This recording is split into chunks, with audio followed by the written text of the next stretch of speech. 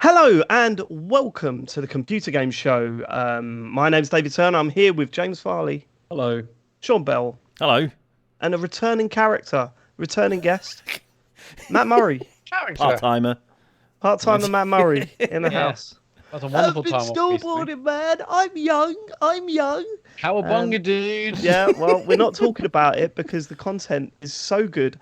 Are those bruises on your head that we can see on camera right now, Matt? No, my they're God. spots, but can you see Welts. that bruise? But no, can't see that bruise. can- No, I you've can got actually- so yeah, no, I much can see that. lighting. I can see that. Oh, there's a Yeah. little bit of bruise there. Yeah. Yeah, I can see that. Yeah, so it's a visual. Yeah. We're not going to talk about you snowboarding because we're saving that for the premium content, baby, coming to you this week. And speaking of the Patreon, we'd like to start by thanking our Patreon producers this month. They are Aaron Pratchett, the QuickBooks chap, Simon Nelson, Jack Oven, Moomin Biscuit, Trans Rights are Human Rights, Dave Ernsberger, Colin Brown, Gazman, Rocketman76, Grey Dragon Claw, Smooth Monkey, Don Whiskerando, Colin Smith, Richard Sawyer, John Tempelli, Jackie Sniper, Gordon Garrow, Safe As Records, Sam Higton, Freelance Police, Steve Garrett, The Slow, Kindle Bloke. They're the Full Nels crew. They went Full Nels. And so can you by going to patreon.com/TCGS. Various different tiers, isn't there? There's a podcast, there's some videos and streams and stuff. Should we there's talk about also what we're doing Full for Nels. the video? Because Yeah, sure, we can do that. And because James has decided to take control of the video Patreon extra this month, haven't you, James? Yeah, I mean, so do you want me to explain what it is? Yeah. yes. No. I hear you. Feedback. Of course, we want you to explain. Go on. What is it? What are we doing? Well, no, I was thinking of doing a thing which is like obviously ripped off from Dragon's Den and things like that. Of we're going to watch some Kickstarter videos and stuff, and then we're going to choose which one we're going to fund. And I'm going to choose which it's going to be like from a series. I'm not sure yet exactly what type of thing it's going to be yet, but it's going to be like from like a set. I don't know what I'm saying. I've lost. Okay, He's drunk really tonight, James. I'm sort of regretting agreeing to do this now. He's really... Yeah, it's gonna be great. It's gonna be great. I'm going to turn my notifications off on Wednesday because of the amount of sign-ups we're going to have over this. Okay. So Blowing up. I'm gonna select like something game related of like maybe 4 or 5 videos, and then we're gonna watch them and we're gonna critique them. It doesn't and have to then be game choose- related, does it? And then no, it's gonna be game related. And then choose one of them that we're gonna fund, and we might actually fund it as well with money. So there you go. Okay. So you got that to look forward to. I mean, yeah. So we're going to look at some Kickstarters. Apparently, and you've given it a name. This series, right? Yes, it's called For Your Consideration. Love it. I think also we have So, to. wait, we hold should- on. We have to back it. I think that's surely part of the game. For your consideration, Yeah. Fike. Yeah. Okay. All right. Well, then we've got that to look forward to. Yeah. It's gonna be good. It's James, gonna can be good. you Episode for the, 1 of Fike. for the layout and for like the just for marketing purposes, can you send me a picture of you holding like a wad of banknotes? Yeah, please.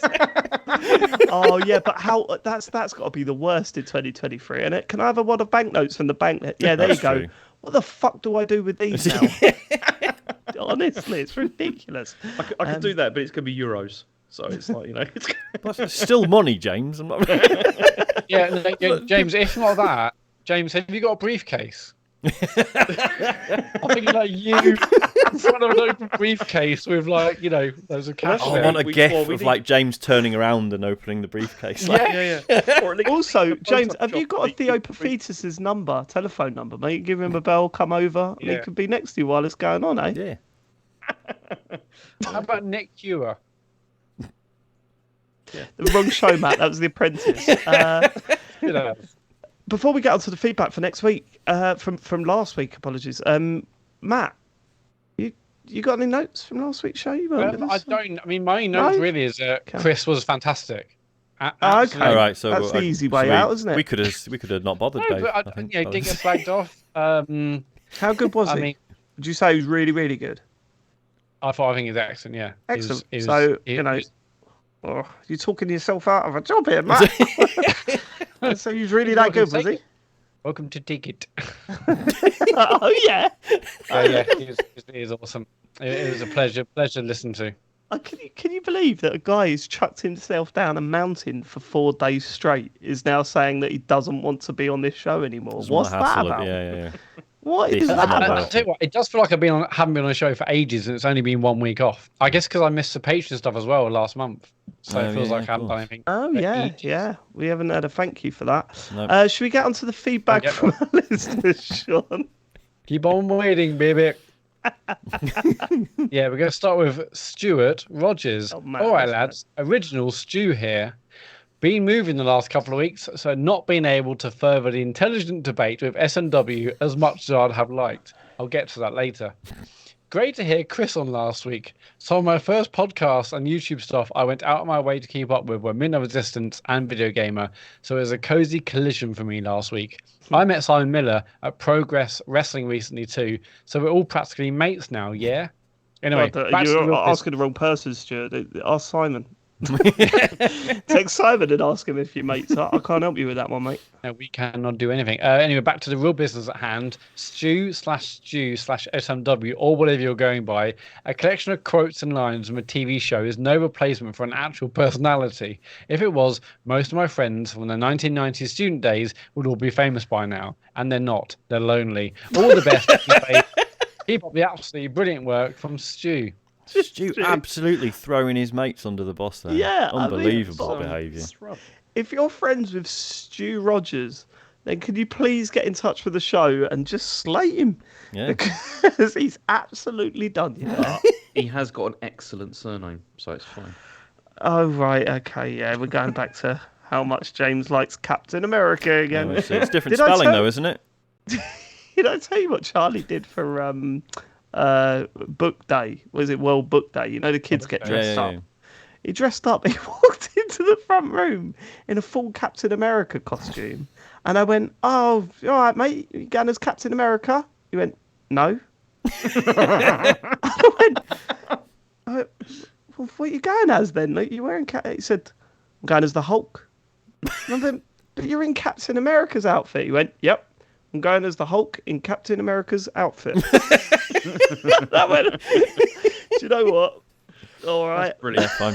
Why not? That is Yeah, the best. That is very clever. It's just I can't get over him. Sometimes kids say the darndest things. Do They they? certainly Matt? What's the do. next They do. bit of feedback. Actually, when I started reading that previous bit of feedback, it's just dawned on me that all these emails are probably from the same person, aren't they? Why? I just think that there's one person out there, probably not even called Stuart, thinking, I'll tell you what Oh, I'll I do. see. I'll email once, I'll email again, I'll email a Someone's third just, time. just putting on a Very, little puppet show very for cynical. us. Very cynical. That Very Matt. cynical. Yeah, very Well, I like- cynical. I Doing like the show's them to worn him prove- down, Dave. That's why he I like needs them to get out. prove it wasn't the case. They will. Definitely be able to, will they? Okay. Carol Gleason, this weekend I weird had comment. to cut my colossal PS5 to a friend's house in order to demo my PSVR2. I need to hear him flippantly say that the MetaQuest dude does many of the same things. Was it? Hang on. Was this someone coming over your house, Sean? I wouldn't make a friend come to mine to do that. I'd be like, "No, I'm all right. I've already got a. He wouldn't let a PS5 in his house, James. Wouldn't fit through the door, mate." Oh. After this underwhelming response, I'm thankful that I didn't have to travel between countries with my VR setup, only a few miles within town. James, you are married to a saint. I mean, okay. First of all, yes, I am. She's brilliant, but She's you told lovely. her I that? love her. I was love gonna- her, actually. No, no. She's a also- lovely woman. I love that but woman. also, this wasn't the entire. I didn't make her take a PS5 to like to German. That to I'm Germany imagining as well. if you'd done that. Oh, you need to take Yeah, the PS5 with you. I want want you to to plug it in. Yeah, test it out Yeah. in London I need before you to you. make sure there's no dead pixels and all that kind of thing. We'll run through the setup together. It'll be fine.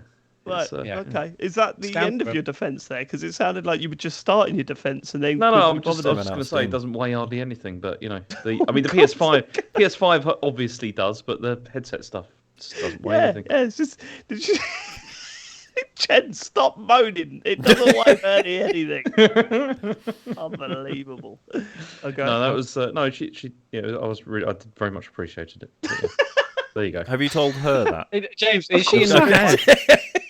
Is she in the room right now, James? No, she's not. Although I did get her to try it this week, Oh, yeah. In fact, just before me and Matt streamed, she actually wanted to have a go.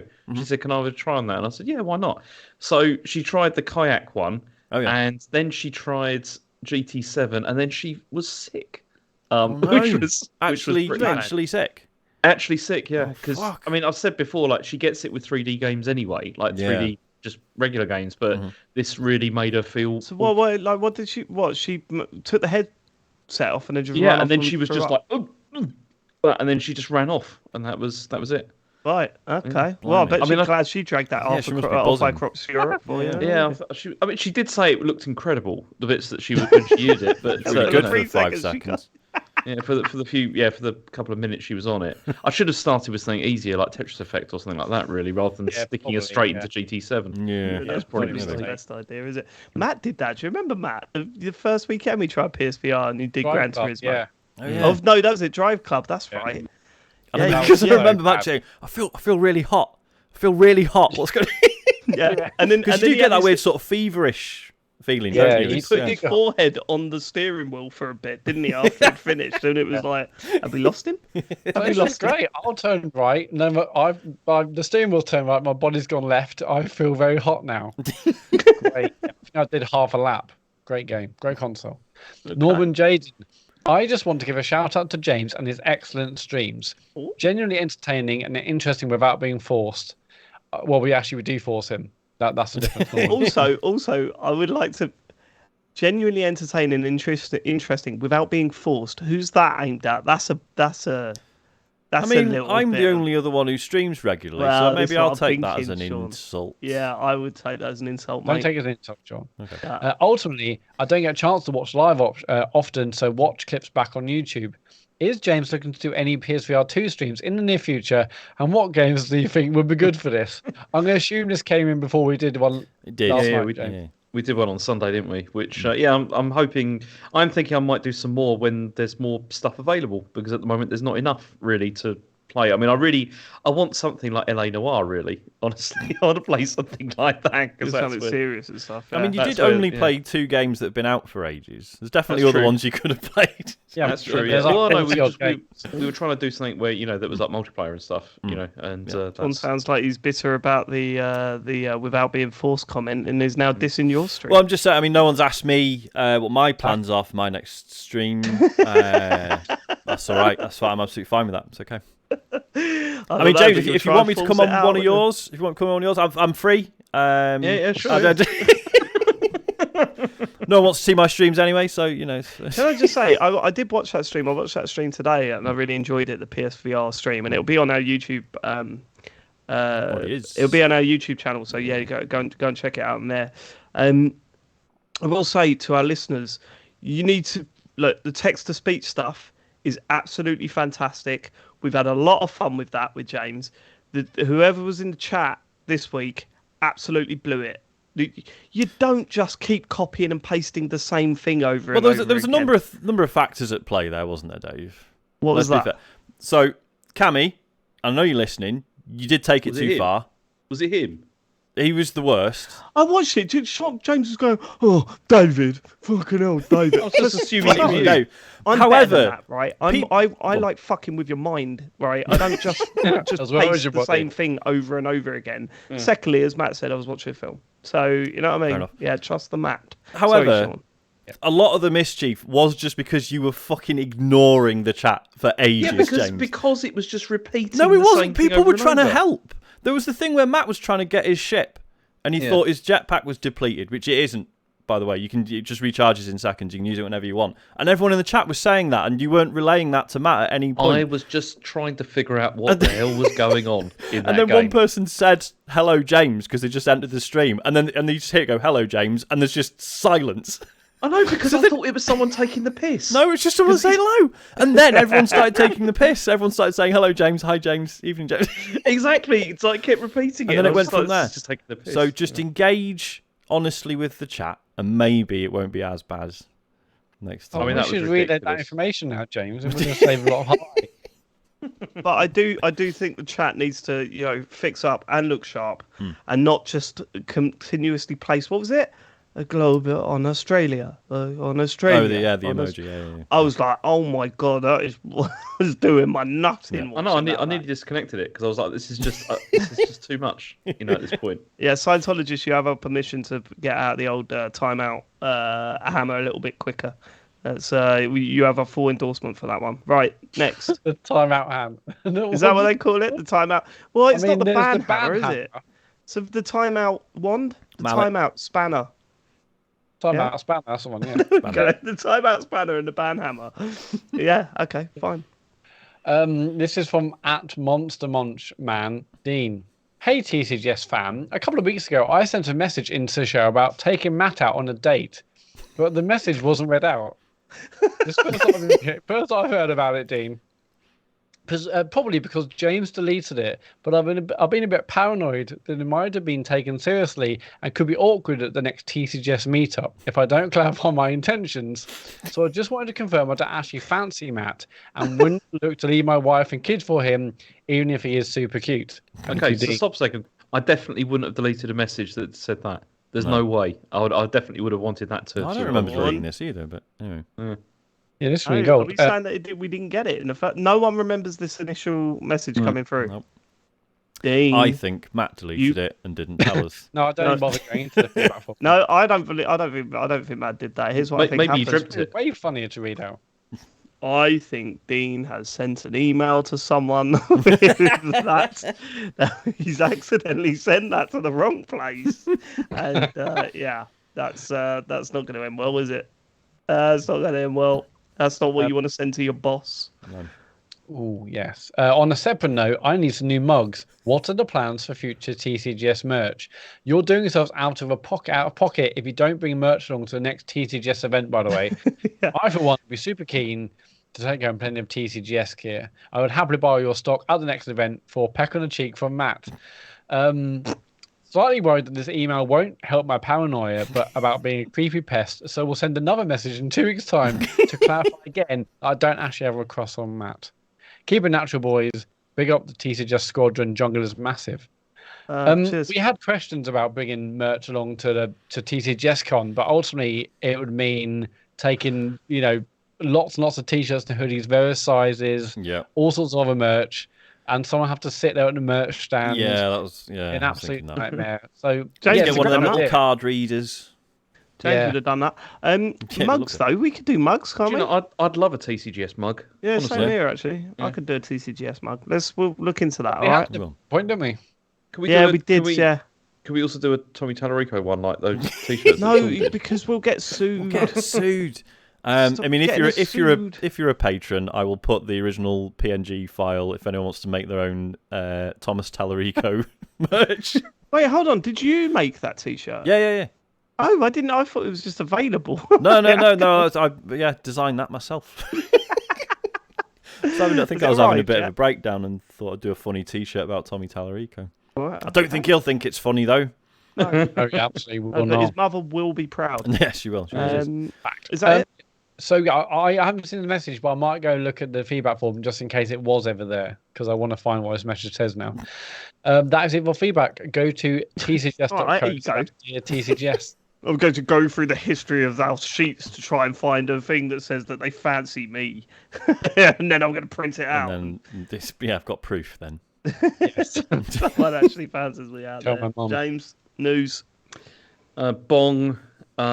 Beyond Good and Evil 2 developer Ubisoft Montpellier is facing a labour investigation. We did say we wouldn't do the bongs if it was a serious one, James. I know. I did just realise that as I did it. But okay, I'll retract the bong. I'll retract the bong. Retract the bong, which is our episode title. Brilliant. Write that down, Matt. Done. So anyway, the studio is being investigated by France's labour inspection services because apparently there's a high level of developer burnout and sick leave. And according to Kotaku, dozens of staff members left the studio last year. Ubisoft have responded saying, given the length of the development cycle with Beyond Good and Evil 2, the Montpellier development team is undergoing well-being assessments through a third party for preventative measures and to evaluate where additional support may be needed. So Kotaku has also reported that there's been a lot of shifts in the leadership of Beyond Good and Evil 2 as well. Like there's basically they've gone through a whole ton of different game directors, and this is also following on from the reports in 2020 where there was a toxic culture at Montpellier, which is related allegedly to Michel Ancel, who left the studio and is now completely just gone from game development entirely. And at that time, around 15 employees that talked to Liberation, which is a French newspaper, described Ansel himself as being a toxic personality, and said that the entire studio was kind of grotesque and all this kind of stuff. But yeah, so they're being investigated at this stage, and yeah, which is not good. Yeah, no, it's good. It's weird, and if you, obviously, I don't know much about the story. But when you look at Beyond Good and Evil 2, which is probably not the right way to talk about this story, but the development process of that game is getting weirder and weirder, isn't it? Yep. I mean, I thought it was never going to happen because it's been about 6 years now, I think, since since that reveal. Yeah, since the announcement. I mean, supposedly they were working on it way before that as well. There was always talk of it happening. Yeah, it's just bizarre, isn't it? Well, with this sort of stuff going on, I'm not surprised it's got a troubled development. People do a good job, and then they're also dealing with this as well. It's little wonder. Yeah, it's just, again, it just continues to fascinate me that there are, given the microscope that Ubisoft has presumably been under now for some time, how are there still managers letting this stuff happen and letting it reach this point? Is fascinating to me. It's always kinds of people in other wars because they tried to get away with it. Do you know what I mean? Every time this comes up, they go quiet, and then there's been no real repercussions repercussions for what's happened previously. So yeah, they just carry on as they are, and you know, okay, we don't know the inner workings of the studios there, and there are lots of studios under the Ubisoft umbrella. I think it's just I don't know where I sit with that lot at this point. You know, where I don't know. Like, I can't think of a game that they'll release that gets me excited. I can't think of a game, even if it was a game that would traditionally make me think, oh, I'm up for that. I look at them now and just go, but everything just feels so fucking tainted at this point. Yeah. And you just hope for the good of the people because there's a lot of people that work for them, that at some point there's some sort of, you know, complete change in the way they do things. But you know, and that could happen and we don't find out about it, right? Like, that could be some internal policy change, and things could slowly and they could slowly evolve over time, and things get better over at Ubisoft. But it's just weird. I look at that brand now and I just think, oh man, that you at one point you were an exciting developer that I was looking forward to seeing, or publisher looking forward to seeing what you had coming out, and now I just think, I kind of don't want to hear from you anymore, you know? Yeah. It's tough. Yeah. It's tough. And like you say, like we wanted nothing more than, you know, when the allegations came out, a lot of people were quietly let go or moved around. Probably not the best way to handle it, but whatever. Like, a lot of people went after those allegations were made. And we would like nothing more than to see Ubisoft bounce back from that and be like, guess what? Turns out if you get rid of the pricks, it doesn't hurt the games. Do you know what I mean? Like, of course. Yeah. Yeah, totally. But it's just obviously, I guess even if they are pricks, you take that many people out from like management level, it clearly has disrupted things. Yeah, and you've still got to hope that actually this is all still part of the process, you know, of them changing. But those original allegations and stories came out 4 years ago now. Well, it's also the fact you've got the Labour Inspection Services dealing with this now, rather than Ubisoft themselves. You know, like that indicates that there's a serious problem here. Of course there is. Of course there is, and it's like we kind of knew that because of the stories that were coming out of that place. So, it's weird, isn't it? And I'd like to. I'd like to know where they are as the sort of one of the big publishers. I'd like to know where they stand and what's happened since those stories come out, because for me, and certainly from the outside, from the outside, it looks like, oh, you're not bringing out anywhere near as many successful titles anymore, and the faith in your ability to turn things around is dwindling away because all you're doing is going quiet about things again, and then more stories leak out. This seems to happen every 6 months to a year at this point, and you go, oh yeah, fucking hell, they're still not really addressing this stuff. Okay. But having the external people come in to deal with this can only be a good thing, I think, for the staff. Yeah. So Yeah, absolutely. that is good. You'd hope so. You'd hope so. Better than an internal investigation. Where, Yeah, no, totally. Yeah. But you'd hope that the right conclusions are made and the right responses are being made to whatever. We would have hoped, wouldn't we, that the internal stuff would have. Yeah, well, improved yeah, things, but there's always that cynical side of looking at these things and going, well, obviously they won't. But we'll see. I mean, so following on from that, they've also said that they're working on what they're calling a strategic reorganisation of their European business. Right. And so this is according to Eurogamer. They're saying that this is relating to their business offices rather than game development studios. Right. But then Ubisoft have said that Ubisoft's publishing group is working on a strategic reorganisation of its European business subsidiaries. But then there's no further details at all. So people are speculating that maybe this does mean they're going to be shifting studios around or something like that. And Okay. Okay, we can move on to Square Enix because You can bong again now if you want. Say again? You can bong again if you want. I know I you're guess dying I to. can with this one. I think we can bong with You this bong one. away, mate. Yeah. Okay, bong. Very long, mate. Yes. Bong Square yourself Enix silly. looks set to replace its CEO. So they're going to replace You go blind. Yusuke. So I think I missed a bong. Was there a bong? There was a There bong. was a bong. He bonged Yeah, it right you up. don't have to Massive retract bong. the bong this time. He It's fine. bonged it right up. Yeah. So Yosuke Matsuda is going to be replaced. This is the guy that was always going on about cryptocurrencies and blockchain and all that kind of stuff. In my head, I've got someone putting his arm around him, and as he's walking out of the office, but the blockchains and the crypto and the blockchain, The Web if you go on the 3.0. blockchain and there's All right, Yosuke, come on. yeah, Get in the lift. Get in the lift. And then there's no We run actual you lift; they out. just kick it down the shaft. So according to Down the Eurogamer, shaft. they said that. Sorry, God. According to Eurogamer, they said there was a motion for his departure was set to be voted on by shareholders in June, Jesus. and they said, so here's the quote. They said, under the rapid change of business environment surrounding the entertainment industry, the proposed change is intended to reshape the management team with the goal of adopting ever-evolving technological innovations and maximising on the Can you creativity imagine of writing Square that Enix's group. sentence I know. and being like, yes, this clearly and concisely conveys. No.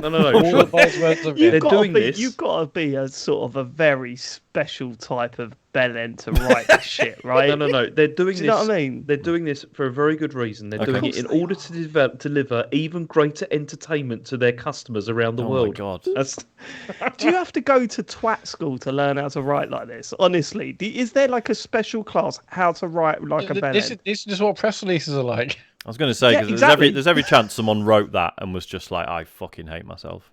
Yeah. Is it- Totally, but honestly, it's, the third-party partnerships and excel in the world's greatest. It's like fuck, or just shut up. I know what Matt's releases. saying. Obviously, yeah, that's copywriting.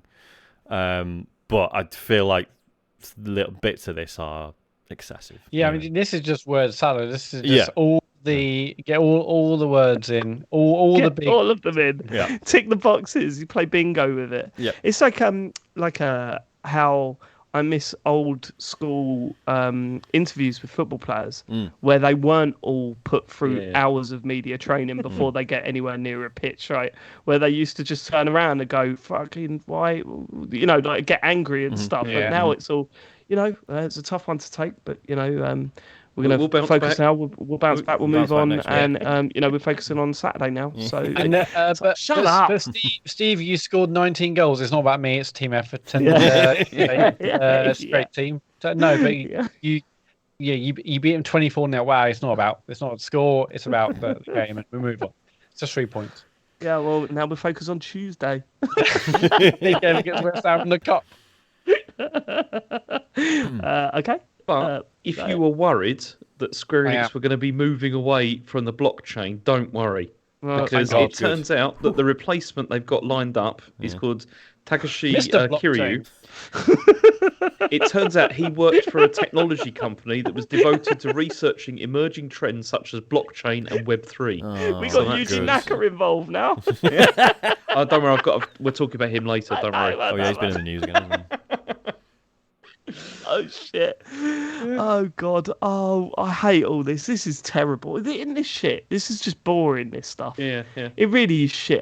Square Enix are getting a new head, and they're still carrying on with No, but blockchain. I choose include this because the old CEO was brilliant. Like the stuff that he came out about blockchain and all that was very funny. How many people left in the industry do we give a shit about at this point, right? Nintendo release a game, I'm interested. Sony first party release a game, I'm interested, right? Then you look at like indies, right? They put them all in one. Indies, they release a game, I'm interested. Then you look at some of the other, like Square Enix, I don't give a shit. You know, Ubisoft, who cares? What are you talking about? You love Cuff. He does love Cup. I mean, yeah, because Square Enix have one. focused and doubled down on the stuff that you don't like, right? They're basically Yeah, really. like Final Fantasy is clearly the focus. Yeah. Which always has been the focus, but do you know what I mean? Obviously, they used to have Western studios, and then they've kind of got rid of all Sold those, all. and yeah. Oh, but these stories just like that. I just look at them and just go, "Oh, who cares? Shut up. Just get on with it. Bring out a game that I'm interested in.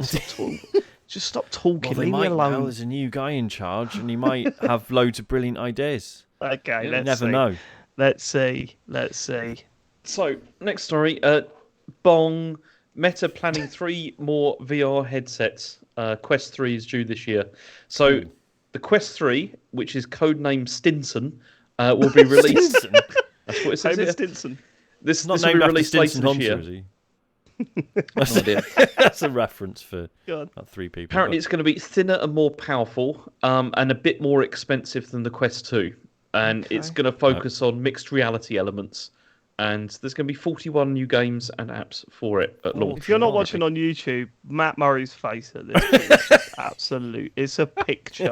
It's a story. bloody picture. This is a great story. Keep But- saying stuff, James, and everyone there's who's more. watching on YouTube, look at Matt's face. Go on. There's more. They're also going to release what they're calling a more accessible version of the headset, which is codenamed Ventura, and that's coming in wow. 2024. Okay. And they said the goal for this headset is very simple: pack the biggest punch we can at the most attractive price point in the VR consumer market. So basically, that's going to be a refurbished Quest 2, isn't it? Yeah, it is, clearly. Yeah. Yeah. That's what that's That going little to bit- be. We've got Well, all if they these- continue to support it alongside the Quest 3, Yeah, it's then good. Yeah. Why not? Yeah. Yeah. Yeah. And then there's also another headset codenamed La Jolla, you see, which is How they which spell is it? due, that's due out way out in the future apparently, and that's inspired by the Quest Pro. But then also they talked about the problems they've been having. At least something's been inspired by that fucking headset. Hey, Ew. Jesus Christ. Imagine being like, oh, so what inspired you to make this new VR headset? Well, my main inspiration was the last one we did, because I thought that was brilliant, actually. All the same, please. Yeah. Yeah, no one fucking bought it. Go on. But then also they talked about the problems they've had a little bit this year with the Quest, and they said right. It says right now we're on our 3rd year of Quest 2. And sadly, the new cohorts that are coming in, the people who bought it last Christmas, they're just not as into it as the ones who bought it early. And so, yeah, there's been a bit of a drop-off, apparently, in usage numbers and stuff like that. But that's got to be everyone, right? I mean, the See, I wouldn't interesting... say that that's because of people like people getting it new and just not being interested. I'd just say it's because there's not been a huge amount, has there, over the last year or so? No, or 2 and years. it feels that, again, we all know that this is where things are going. It's just, how do you hold people's interest at the current level of what VR is? How do you hold their interest for an extended period of time, right? And it's funny, actually, because I find myself going through massive waves of VR, so it doesn't seem to be like a kiss. Like, I'm still really excited about VR and I still like playing it. We've been playing it a lot more over the past 3 weeks than, I haven't mentioned it on the show because it's all stuff that I've talked about before. But yeah, I find myself not playing it for like 3 or 4 months and then someone saying, "Shit, let's play some VR poker," and then that's it for a good few weeks. Where we're just on it constantly. And pretty much me and all my mates are going, "We're going to get Quest 3." Like I'm pretty committed to getting a Quest 3 at this point. Because we want to get back into the poker and there will be experiences come through, but it's not, for me at the very least, it's not something that holds, like, it's not like an every night and I think as a result of that, I think what you find, like, certainly, this has been our experience. Like, I'm still buying the odd game for the Quest, but broadly speaking, we're still playing Demio, Walkabout Mini Golf, games that have been out for like 3 years. That's it, isn't it? Yeah. And you do wonder if there's an element of, like, people have, anecdotally, nothing to back this up, but like everyone I know who uses the Quest it's primarily a social thing, and they just want to play the games that they are used to playing with their mates. Yes, absolutely, yeah. Don't know. It's interesting. Yeah, that's the route I go down. Like I've still got What the Bat to finish off. Yeah. But I'm not going to do that because I'm not playing that thing on my own. I'm playing it. I'm playing Walkabout Mini Golf. I'm playing a poker. Do you think it's like, because I do the same thing? Well, I'll have phases where I forget it exists for 2-3 months or whatever, and I feel like so much of that is because, well, usually if it's not been used for a bit, probably needs charging. So there's that impulse is sort of gone because you're like, oh yeah, like if you do think like, oh, fancy playing some VR stuff, it's like, oh shit, it's definitely going to need like an hour charging first.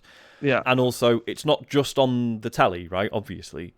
Yeah. So if you're knackered in the evening, you're like, yeah, all right, what am I going to play tonight? You're not going to be like, oh, actually, I'll go to the cupboard and get the Quest out and charge it, which is not the Quest's fault, right? It's not. I don't see how they would ever fix that. It's just a habit thing, isn't it? Well, that's one of the advantages of the PSVR, right? Because you don't charge it; you just plug it in and play it, right? So that is a touch. But I think for me is that it takes more energy. Even if I'm just sitting down playing poker, it's more of a strain on your eyes. I don't get to play until late into the evening, so sticking 2 screens in front of my eyes isn't exactly the best thing to do. Yeah, I think that is a bit of a problem with it, but it's something that will all this stuff will get ironed out over the next 10 years. Yeah. And things are just going to continue to improve. So I think actually, in terms of what Quest have planned for the future, I think actually taking a free, bringing out, concentrating on 3 different headsets at different levels is probably the best way of doing it, right? If they're willing to take a hit on things. But if you're thinking high-end stuff, that doesn't seem to be selling as well as it did when VR first made its comeback with, Valve's headset and all that sort of stuff. Then you're looking at the sort of mid-tier, which would be your Quest 3 or your PSVR2. And then looking at the budget stuff as well. If they're able to maintain consistency with games working on both that mid-tier headset and the cheaper headset, then I think they could be onto something. But it's just everything seems like a little bit too far away at the moment, if you know what I mean. It's not, the Quest 3 is what could be at the end of the year, but when's this budget one coming out? And it's. I think a lot of this also depends on how much they still focus on games as well, because they obviously had like a lot of success with this, and they bought a whole ton of game studios. I know they've done that. There's been like loads of those, but I know that they also have that kind of Microsoft thing of wanting to, like how Microsoft had the whole thing with the Xbox. It was going to be like the Trojan horse into the living room so they could own the living room. That was the whole point of it. And then they tried to realise that with Xbox One, and it was a massive disaster and everything. Yeah. Meta still feels a bit like that to me with this, because it still feels like games are not really what they want to be doing. Or at least it's not. Want to be doing the metaverse, don't they? Exactly, and they want to do all that stuff, but that hasn't really worked out just yet. No. So hopefully they're going to keep going with the game stuff as well. Yeah, that's what you were saying, David, how they sustain it. They sustain it with good quality software, and I think the last year and a half, that hasn't really been the case. I mean, all the people, all the kind of content creators, number of people I've talked to every week in the kind of VR community, they're all kind of waiting for something big, and that's why they're so excited about PSVR 2. Like PC VR feels dead. I mean, most of the headsets on PC VR are just Quests, well, at least on Steam. Quest plugged into their PCs. Quest 2, people waiting for new software and or just new hardware at this point to kind of be the home for exciting new software. And so I think, if there was a bit more consistent software from Meta, that'd be awesome. I think that's what people are waiting for. So this is it. I think Meta. I don't think Meta was set up to produce software to produce the software that people want to use on their Quest. And that's why they're hoping the third-party studios come in, right? Yeah, but they've also bought tons of studios, haven't they? They have, That was the whole point of that. I mean, they went on like a Microsoft-style like buying spree, didn't they? Where they're like just buying loads of like different companies. But it still just feels to me, as I said, it just feels like this is not really what they want to be doing. They really want to be like creating the metaverse and like that, or at least that's what Zuckerberg wants. Yeah, and so far you can own a Quest and basically ignore that stuff, but are they going to get more aggressive with it? And that's one of the things that like when you like this, there was this article that it was The Verge that got hold of like this leaked presentation that this is all this information has come from, and there's a whole section at the bottom where they talk about like the AR glasses and how this is something they're going to have in the future, and how they're like, this will be great because we'll 100% know what people want and all this kind of thing because of conversations that that they're having and all this, and you're just like, that's still really creepy, that's still the, and they're like, we'll be able to serve ads like like in such a targeted way and all this, and you're like, I don't think people want that. That's the thing that people don't want. But that's no reason why people have been, again, in the VR community so excited for PSVR2, because it's literally just about using this amazing hardware for games. There's no metaverse stuff. There's no ads here. There's no kind of tracking there. I know we were talking about, why didn't Sony re-release PlayStation Home for PSVR2? And yes, that could have some laughs, but I can see why they maybe didn't. Let's just focus on the games, be totally different to what Quest and other headsets are doing, and that's why people will be so excited for it. There's no like kind of, I like this, but this thing on the side I'm trying to avoid or trying to ignore. So I think that's why people are really excited for that specifically, and this will never have that because this will always have that Meta Quest side to it. Yeah, you're right about one thing though, David. Like the whole thing of like there still being a friction like involved with it, because although for me it depends on what kind of game it is that I want to play, like in VR. Because if I'm sitting down to play something where I can literally just sit down and play it, it's like with the PSVR2, it is just plug it in and then it works and it's great. That's fine. But for stuff like I've been playing and really enjoying Horizon Call of the Mountain, but it's knackering like playing that game because you are literally just like climbing and doing this all the time, and it's great. Like it feels great, and you're like you're drawing the bowstrings all the time and like shooting stuff, and it's really quite tiring. And it's like you're right. It reminds me of playing the fucking Wii. Like some of the games on the Wii where you were just like, I don't want to lift my arms up here. I don't want my arms to be up here.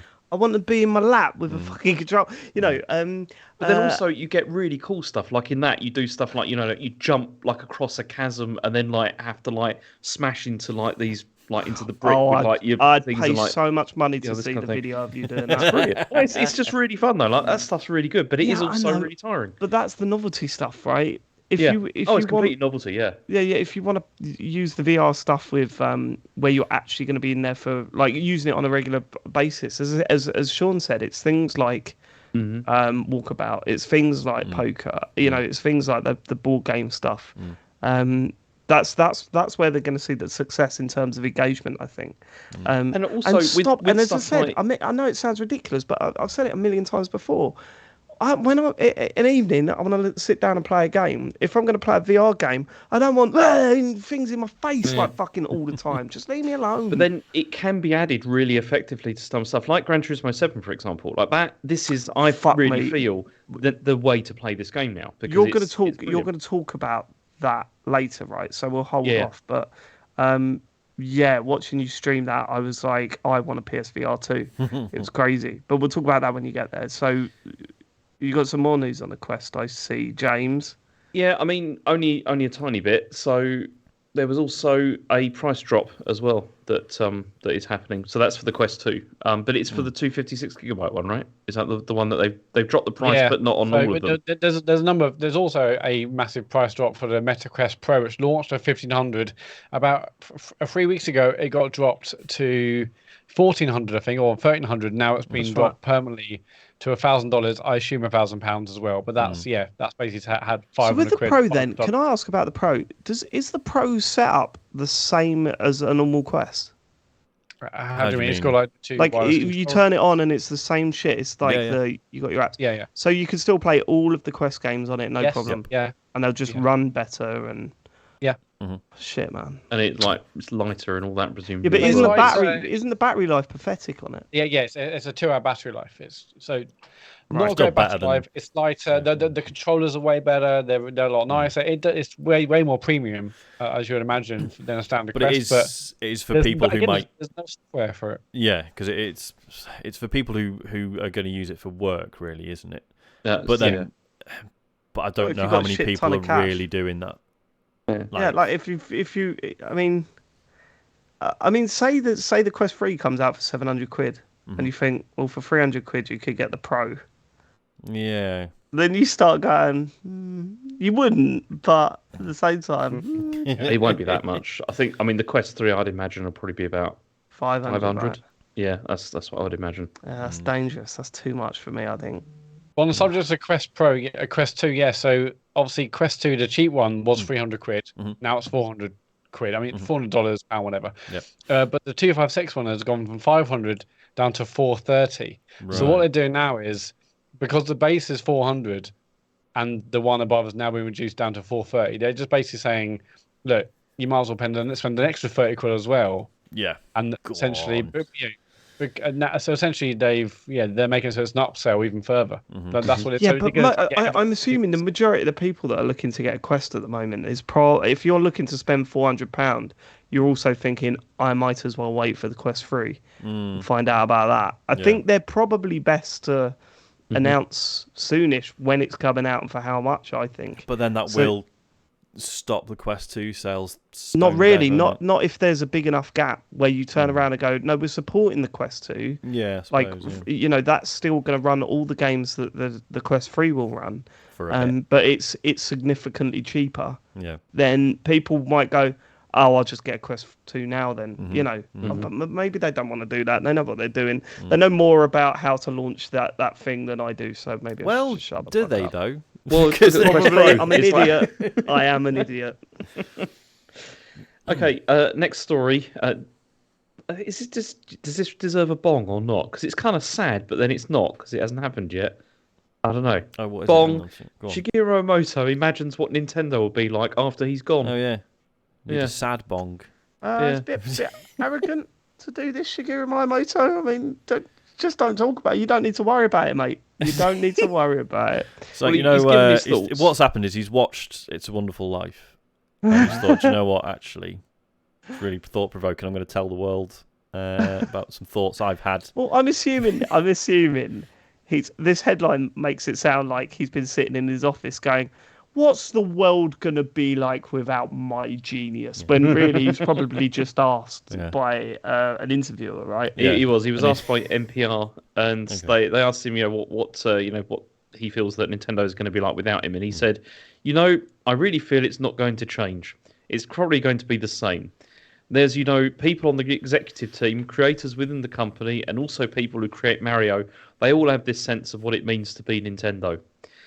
And then because he talked about Nintendo's culture, where he said there's always the fact that it's a new idea, but also the fact that is it a new idea that really has the essence of Nintendo or not? And I think that's something that we have this incredible shared vision, almost a little scary shared vision about this. So I think it's not going to change. Like it's going to continue. God, don't you just wish that he just went for it? Just went, it'll fucking fall to pieces. Rubbish. Like, do you not understand what I have brought to this company? Imagine if he was like, I'm the only one here. That big building in Kyoto, it's just me doing all the code, all the sounds, the graphics. Takes ages. That's why there's no games for the Switch until next year. Look around at all these characters on the wall. See all the good ones, and then he just points to himself. He's going to create this. Then they're like, what about Kirby? Not that one. Yeah. Do you know? It's not technically first party. Working at Nintendo and going, I've got an idea for a cool new character. Yeah, we're not interested. We're not interested. We're Nintendo. We've got all the characters we need. We've got all the Nintendo characters. We don't need any more characters. But no, this one's really cool. We don't want to hear it. We don't care. is it Mario? No, it's not Mario. Obviously, it's well. Then go away. Yeah. Add it to I'll go join Sega. Hence, Balan Wonderworld was born. Hence, that's probably not the right word. Speaking of that's the thing. Like, what a speaking of segue. Miyamoto, like creator of Mario, we now move on to the creator of Sonic. This and is the how's end of he the getting argument, on? right? This is the end of the argument. So, I mean, Sonic versus Mario's the end probably. of it, isn't it? I mean, because Yuji Naka has admitted guilt in Square Enix insider trading case. Jesus Christ. So he's been standing trial at the Tokyo District Court, and when presented with the charges, he said, "There is no doubt that I found out about the games before they were made public and bought shares in them." So basically, yeah, he's saying he did insider it. trading, yeah. He did insider trading, yeah, and that was the thing. So there's no outcome yet as to what's going to happen, but I mean, he's going to get in trouble for that, I'd imagine. Yes. But, yeah.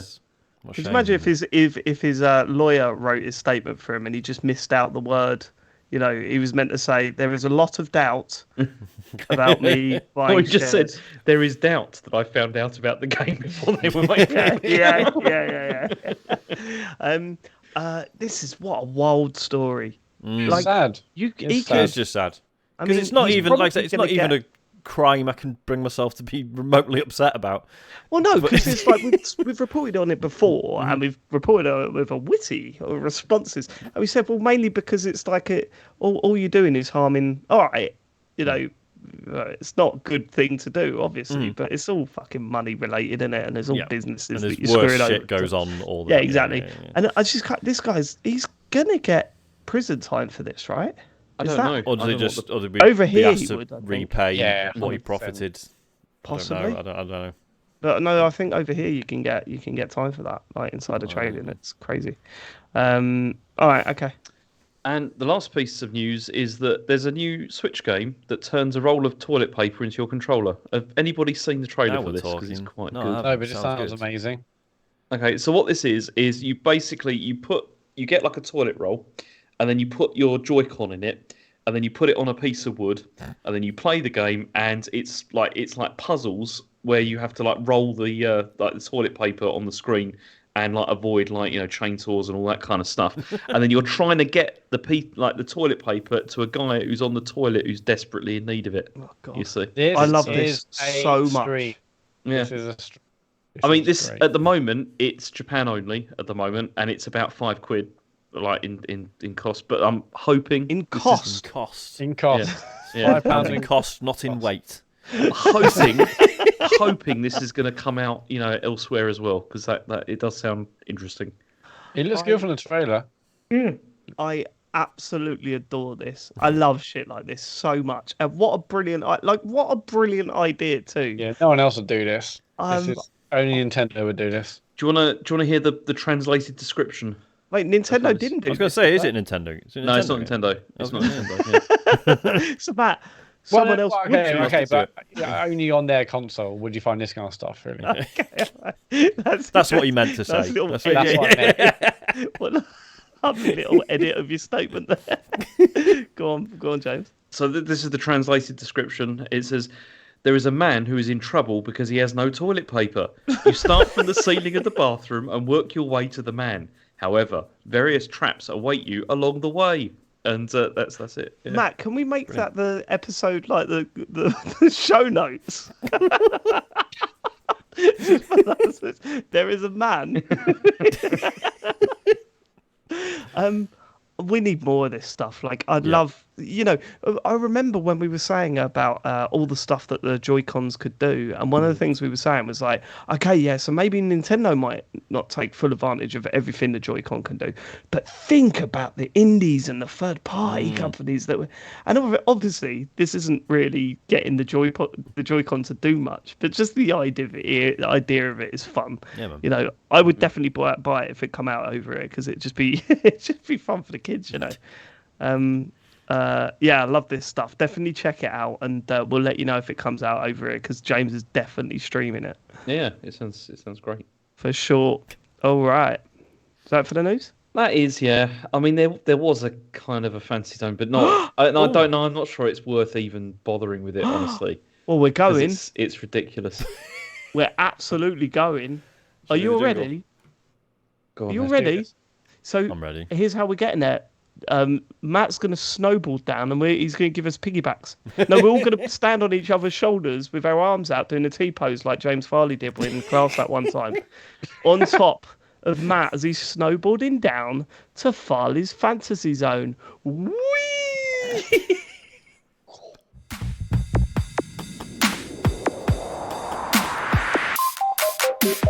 Farley's fantasy zone.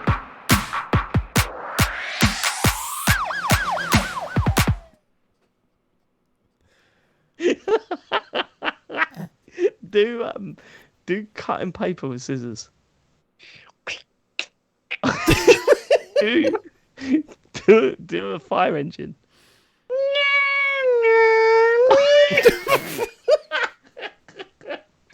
I'm really good at that stuff actually. Yeah. All right, one more.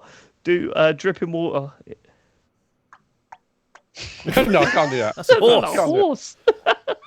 So sorry, everyone else at home knows this, but these guys, I've already played the Farley's Fantasy Zone trailer, and then so far this is the Fantasy Zone. Is Matt doing weird noises? Yeah, I'm all right with cool. it. Yeah. I mean, yeah. No, that's fine. We are absolutely. This is my favourite part of the fantasy zone. Every time we go into the fantasy zone now, Matt has to give us some sound effects. That's how we're doing this. James, what's in your fantasy zone? Okay, so there's rumours Oh yeah. that there's going to be another rather large acquisition is going to take place. Oh yeah. Yeah. So the rumour is that Sony are going to buy Take-Two. What? Oh, they can't do. no. They won't get away with that, will they? Surely not. I mean, I don't think it's real, honestly. I mean, Yeah, I'm but looking. What's the Sony can't source? Could they afford it? Do you think? I don't think. Yeah, no, they I could don't probably think they afford could. it. Could they? I think they could. Yeah, I think they could probably afford it. Well, but isn't it more retaliation, James? I think, yeah, I mean, I think they'd only do this probably if the Activision Blizzard thing goes through. But either way, this is never going to happen because this is a complete nonsense story.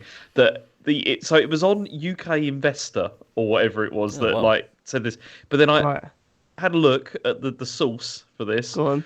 and it's somebody called Lumberjack Rye, and Okay. Okay. he says Known that he's insider. a gaming industry analyst. Okay. And he's also a fan of Buffalo Bills. What's that? It's Buffalo Bills. Okay, that's like a NFL, other isn't thing. Yeah. But it's another thing. What do you mean it's another thing? Well, no, I was explain trying to- yourself there. No, I was trying to read what it says. It says He's the official. also a fan of Buffalo Bills. I Where's don't know what Buffalo Bills is. Is it what is it? I don't know, James. You're reading the It's an thing out. NFL or. You Oh, know, okay, it's He started an this NFL sentence thing. saying, "I did a bit of research." No, no, Tiny I bit. fucking research. it was not. I did the. Okay, look.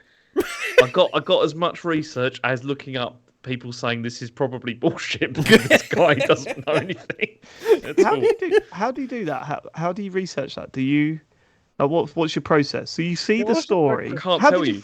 How did you Can't tell find you. the story? The story was I can't tell you because I can't reveal where I'm getting my sources from. I just can't. Right. Okay. Was it But, I love yeah. Japanese games? Okay.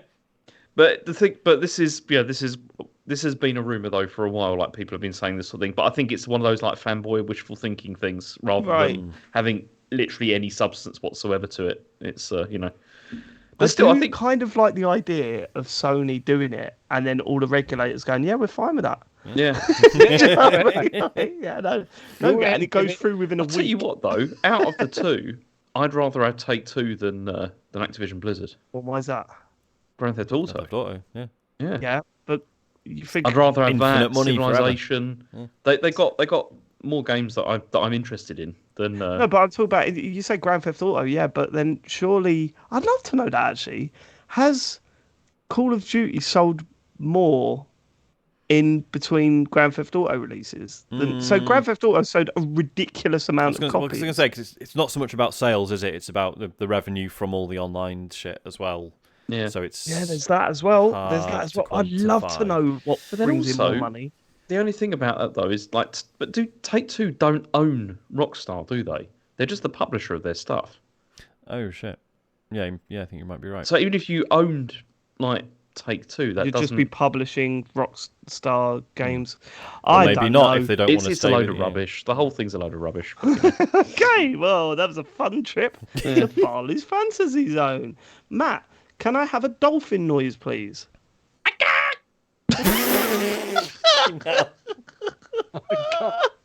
can't do Let's these get to stuff. what you've been playing. Should I get mine out of the way? I have been absolutely hammering Metroid Prime over the past 2 weeks, and I have got an insane relationship with this game. I finished it today. Yeah, I saw your tweet. Yeah. How far am I from the end, do you think? I've got the beam thing. Have you got the X-ray stuff? Yeah, got the X-ray, got Then the you're grapple. not that far. I wouldn't say you're hook and very, very far. Yeah, that red gun. The red gun's amazing. Yeah. I love it and I hate it. I would say I love it way more than I hate it. But there are those. It's really strange because there are moments in it where I'm like, oh my God, this is so exciting. And I'm so, just walking about and, finding new bits to, discover, all this, that, and the other. I love all that. And then there's bits where it's just like, you're just lost now. And like, the map is absolutely shit. I don't think the map is so shit. No, no, hold on. The map of the area you're in is brilliant, right? The overall world map is fucking appalling. Yeah, the linking stuff is that is. How do I get from here to here? Like, so it will go. For those of you that don't play it, the sort of world is split up into various different areas, right? And you get to those areas via lifts, much like you did with Metroid. Well, with other Metroid games, right? It's like a common thing. However, for this one, I find it really when the game, if you don't do anything for a while, the game goes, "Oh, check your map. There might be something over here," and you look at it and you go, "Right, that's in a completely different area of the world, right? How the fuck do I get there?" And sometimes you can get there, but you were supposed to go down another lift, which was the other side of that part of the thing, because you can't actually get to that. Yeah, then you end up having to go across in another area again to get there or whatever. Free of the backtracking. I mean, that's all part of Metroidvania games. I'm led to believe so. Like, I get that, but here it just feels like so intimidating to get from point A to point B. Like, there's no if there was a way to fast travel between save points, maybe. But, I don't know if that would break the game in various other ways, so maybe not. But so that stuff's frustrating. There are also bits where, there's a couple of moments in the game where it does not give a fuck about your time, where you come up against quite challenging enemies out of nowhere after ages without saving. And then they kill you, and you're like, I have just lost about 25 minutes worth of gameplay. And, we were speaking about it 2 weeks ago where it was like, no, that's the risk reward. The more I think about it, I'm totally against that. Theory. No, because it's an easy thing to say. It's risk reward. I know, but I literally all I'm risking is my fucking had that time. Experience at all. Like, I've never had that experience playing this game, honestly. Well, that's not true, because when I text you about it, you said, yeah, I did that bit about 3 or 4 times. Yeah, but that's exactly 3 or 4 times. That's not like a big deal, is it? If you keep having to do that whole section. Do you know how many times I did Dark Souls over and over again before I got through it? Yeah, I mean, there were moments where Dark Souls where I was thinking the run here is too long, but see, I've also got some problems with this still, actually. Like, now I've finished it. Like, one of the problem I've got with this is the boss battles, like a lot, particularly towards the end, are really long and drawn out. Like, don't tell me that. For no reason at all. Like, there's no reason why they have to be this long. Right. And there's.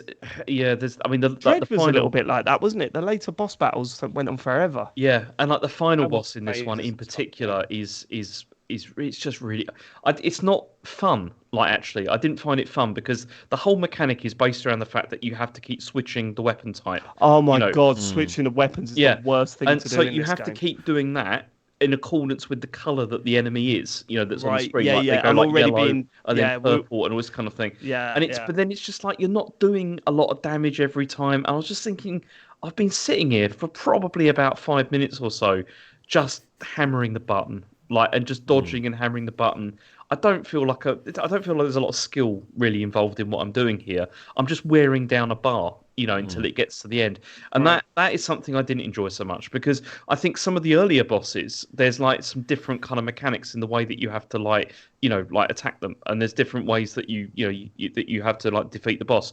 But these towards the end, it just feels like they're just bullet sponges that you just have to like get through, and it's not so fun. But then the other thing that annoyed me a bit was the artifacts thing. Like, I don't know if any of you remember this or not. I think I do, no.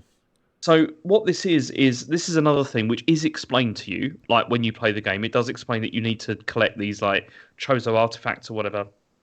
But I forgot about this, and you don't get them like through just like defeating bosses or whatever. You have to seek them out in the world as well. Right. So that's fine. I don't mind doing that. But I got to the point where I was at the end where I was like, okay, I'm really powered up now. I'm ready to like get through this. And then I looked at it. I was like, oh, I've got to find another 6 of these, and which meant then having to go across the whole world again to try and find them. Right. And it's like, it's one of those things where it's like, okay, I know this is like an extra layer of exploration, but at that point in the game, I kind of felt done with doing that, and I was like, I just would like to finish this now, and that was a bit irritating. Yeah, but... I mean, it's easy to focus on the negatives because A, it's a very old game essentially, and B, there's enough good stuff said about it across over the years. But yeah, I mean, it's obviously I'm playing the remaster version, so it looks way better than it was on the GameCube. But there are moments where it really is stunning, where it opens up a bit and you go, "Holy shit, this looks really cool." There are some moments in it that are super fun, like using the spider ball and all that sort of stuff.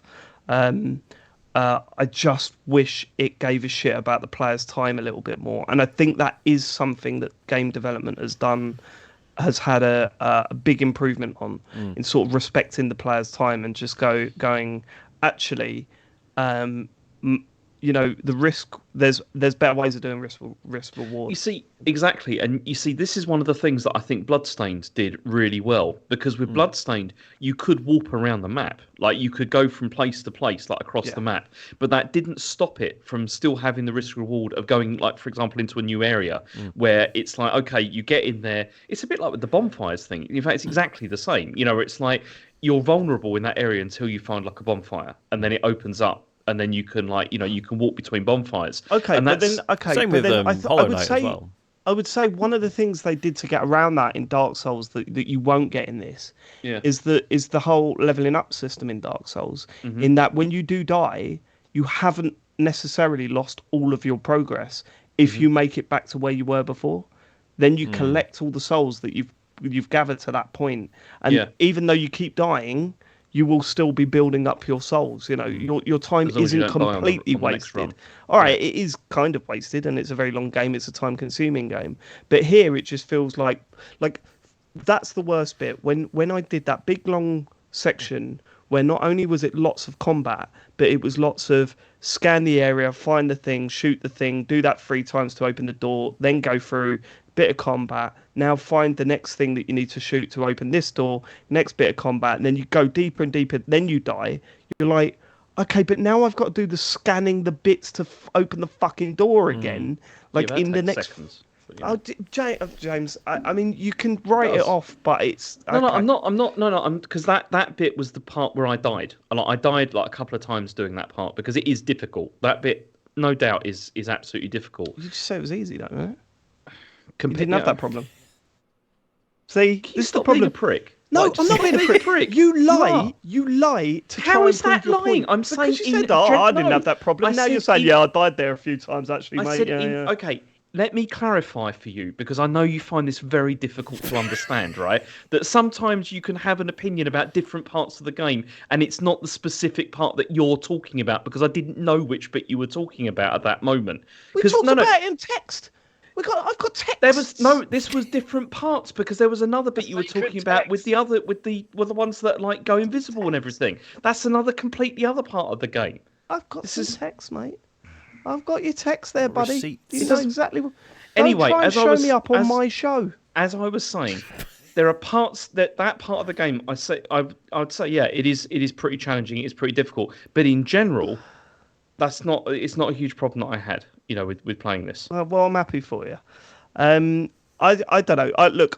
I'm very glad that I'm playing it. I'm pretty sure I'm going to complete it because every time I'm about to chuck it in the bin, I go back to it and then make a little bit of progress and get excited again. And when I'm talking about those frustrating moments where I just think, oh, hold on, the this could have been done better. They are quite rare, they are rare points in the game. So and getting lost is probably my least favorite part of it. Forgetting the risk reward stuff, there are times where I'm just like, I know where I need to get to because the game's pointing me in the right direction, but I've got no fucking idea. At one point, I realized that I was just doing a loop around 4 or 5 areas, and I was just going, hold on, I'm sure I did this like 5 minutes ago. That was a bit frustrating, but. There's some stuff like that they could have done, which would have been better with where if you could add waypoints and things like that, like your own waypoints to the map. Totally, markers on the map. Could do that would have made things simpler. If you could do that. Yeah. But do you think they're going to do? They're working on a new one, right? Or they're supposedly working on 4, aren't they? I mean, I do hope that they go back and they do 2 and 3 as well, like re-release those as remastered.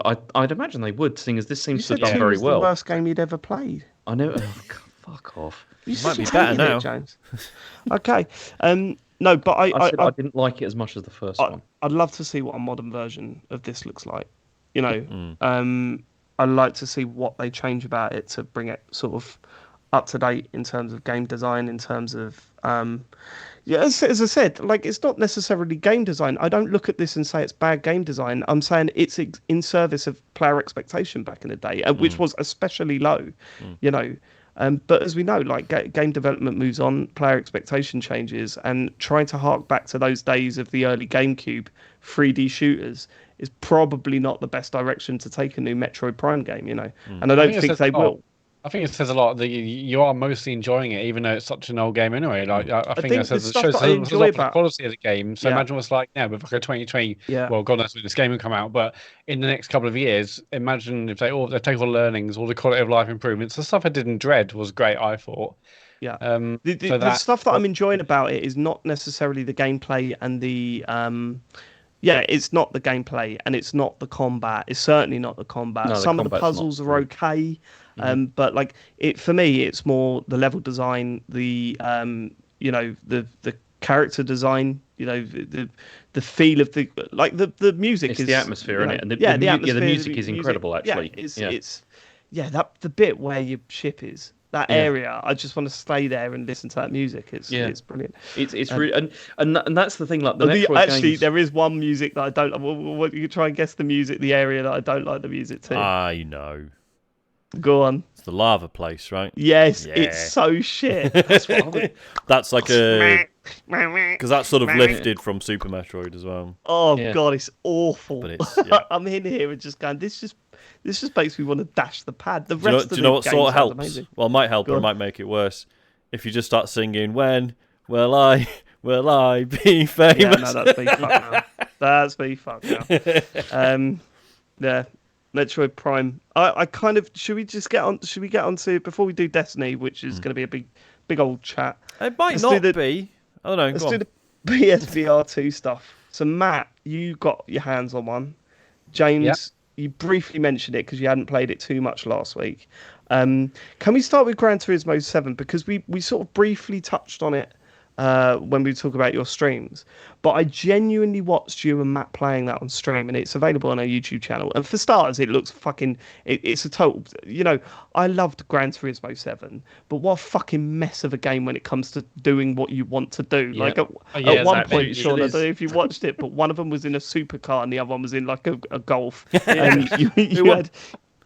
then they went to try and race each other, but James somehow started the race and Matt had to watch by the side until the race had finished. Even and though do you know it's what was my beautiful lobby. about that? James was like, okay, well, all right, you'll have to wait then. Instead of stopping the race, he was like, well, I'm racing now. But I didn't know what was going to happen with it. I don't know. That was. But ultimately, when I saw you two, when you finally got a race going in similar cars or whatever, I thought, oh, this feels like the first day of having, like, it felt like the first time we had the 360 come out. And we were all like, oh my God, this is all working. And it's, how is this a thing like now? Yeah. And then watching you look over at each other and stuff in the car. I was like, oh my God. We had that first race where James and I, same car, bombing down that first straight. And then, I mean, I didn't know at the time, but yeah, basically, James crashed because he was looking over to his right to see me up next to him. And watching it back on the video is brilliant because James's head's like side to side, like, oh, there you are. And then this spun flies out, off. yeah. Yeah, and what was brilliant is that when he spun out and he was in the gravel, he followed your car as you went past him.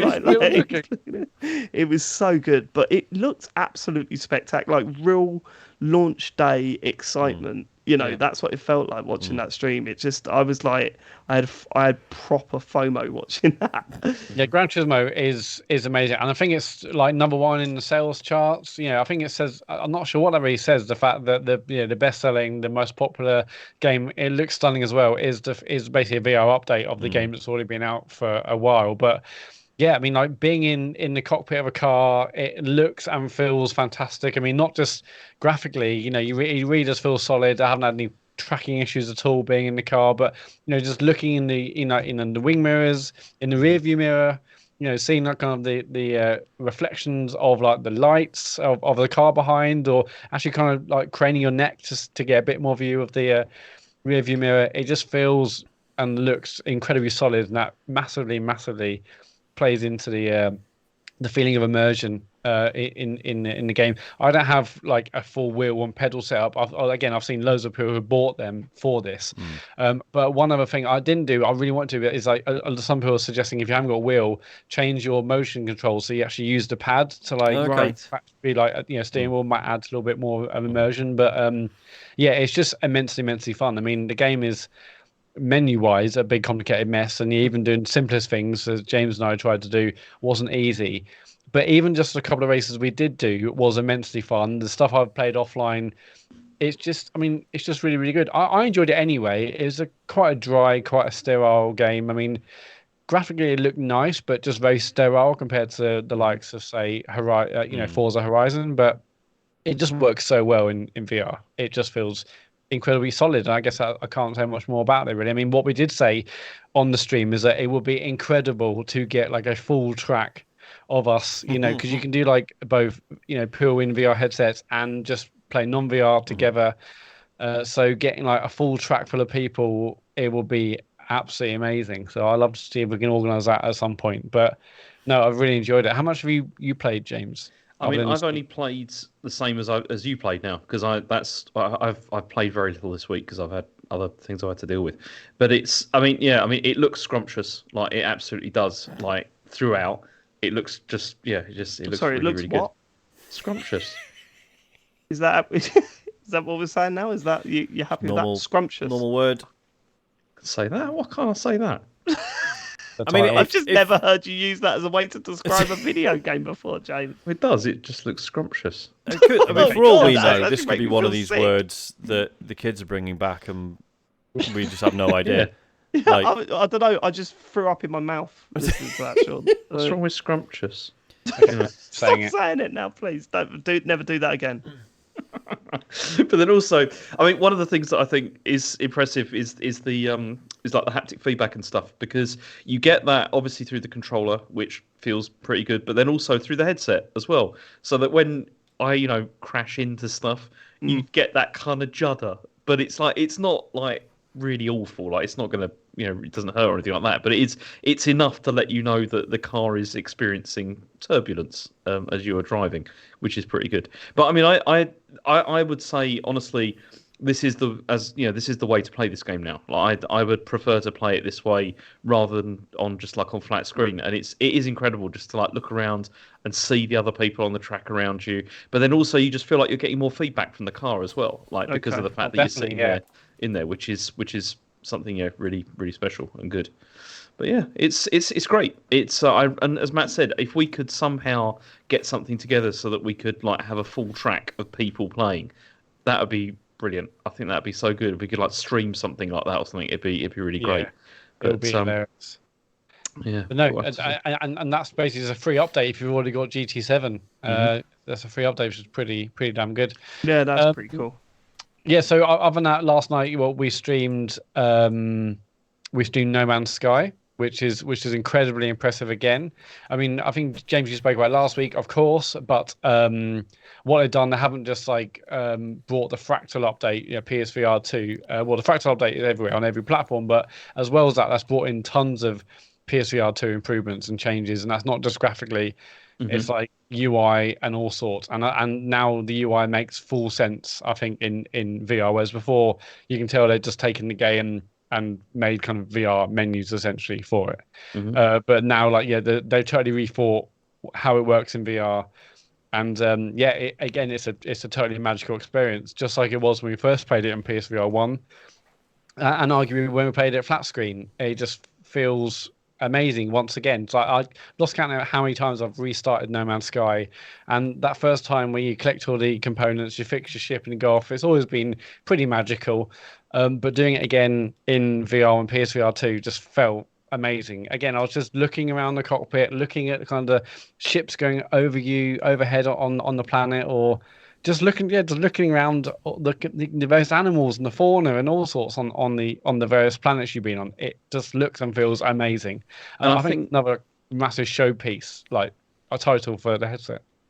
And I think one of the big points for this for me, because I tried playing it in VR on PSVR1, like on the first headset, and it really made me feel sick, like playing that, because it just looked a mess. Like it looked horrible. Whereas the resolution on this feels so much higher and everything's so much sharper that I feel much more comfortable sitting in it for like longer periods of time because of that. And it was it was fun to play with you, Matt. I mean, I enjoyed like us like getting on planets and like, scanning stuff and all that kind of stuff, and like I mean, the dogfighting was even not too bad. I just wish that what they could do is that you could use the sticks for the controls. That's the only thing I care about, like on the ship. Is that definitely not setting? Because there are loads of different. I'm sure you must be able to.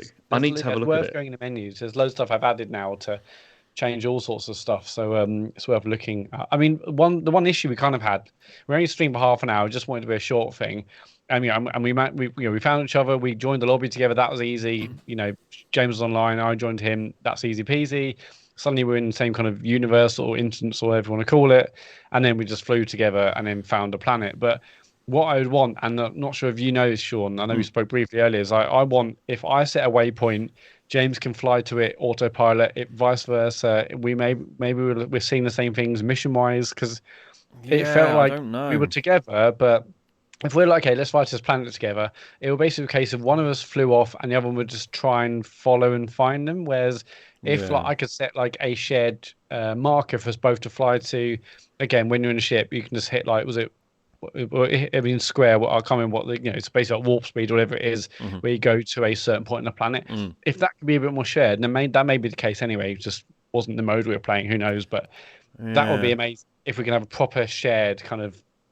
I don't think there is. I don't think that's a thing. I know you can, like, obviously, if you like establish a base and stuff, that becomes a waypoint that I think anyone in your sort of squad can see. But yeah, other than that, I don't know. But like I was saying, wasn't I? Like, we should try the expedition mode, because I think that's your sort of.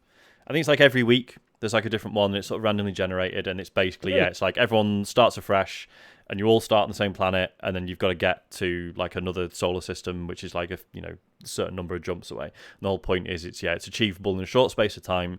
It means it brings loads of players into one very small bit of the galaxy, so you're more likely to actually see like other people just pottering about. It's meant to be really good fun, and they sort of. I remember when they first added that, they sort of pitched it as like this is a cool way to play with your friends. So I think that would be well worth looking into. Excellent. Because again, like GT7, you can also play this with VR and non-VR together. So a bunch of you doing that, and but yeah, I mean, No Man's Sky, I think it would never stop being magical for me, regardless of which platform I played it on. I haven't played it on Switch, admittedly, but whether it's been VR, non-VR, PSVR1, now PSVR2, I think it's a game I'll always want to jump in and see how it looks on new headsets and new platforms. And yeah, I mean, I don't have the headset on permanently, but I will be playing this again as soon as I can, because it was awesome. I'm just imagining trying to play the Switch version with the Labo VR thing. Best way to play it. So yeah, because I mean, you guys know this, but for everyone else's sake, I bought this on PC because I found a key for 16 quid.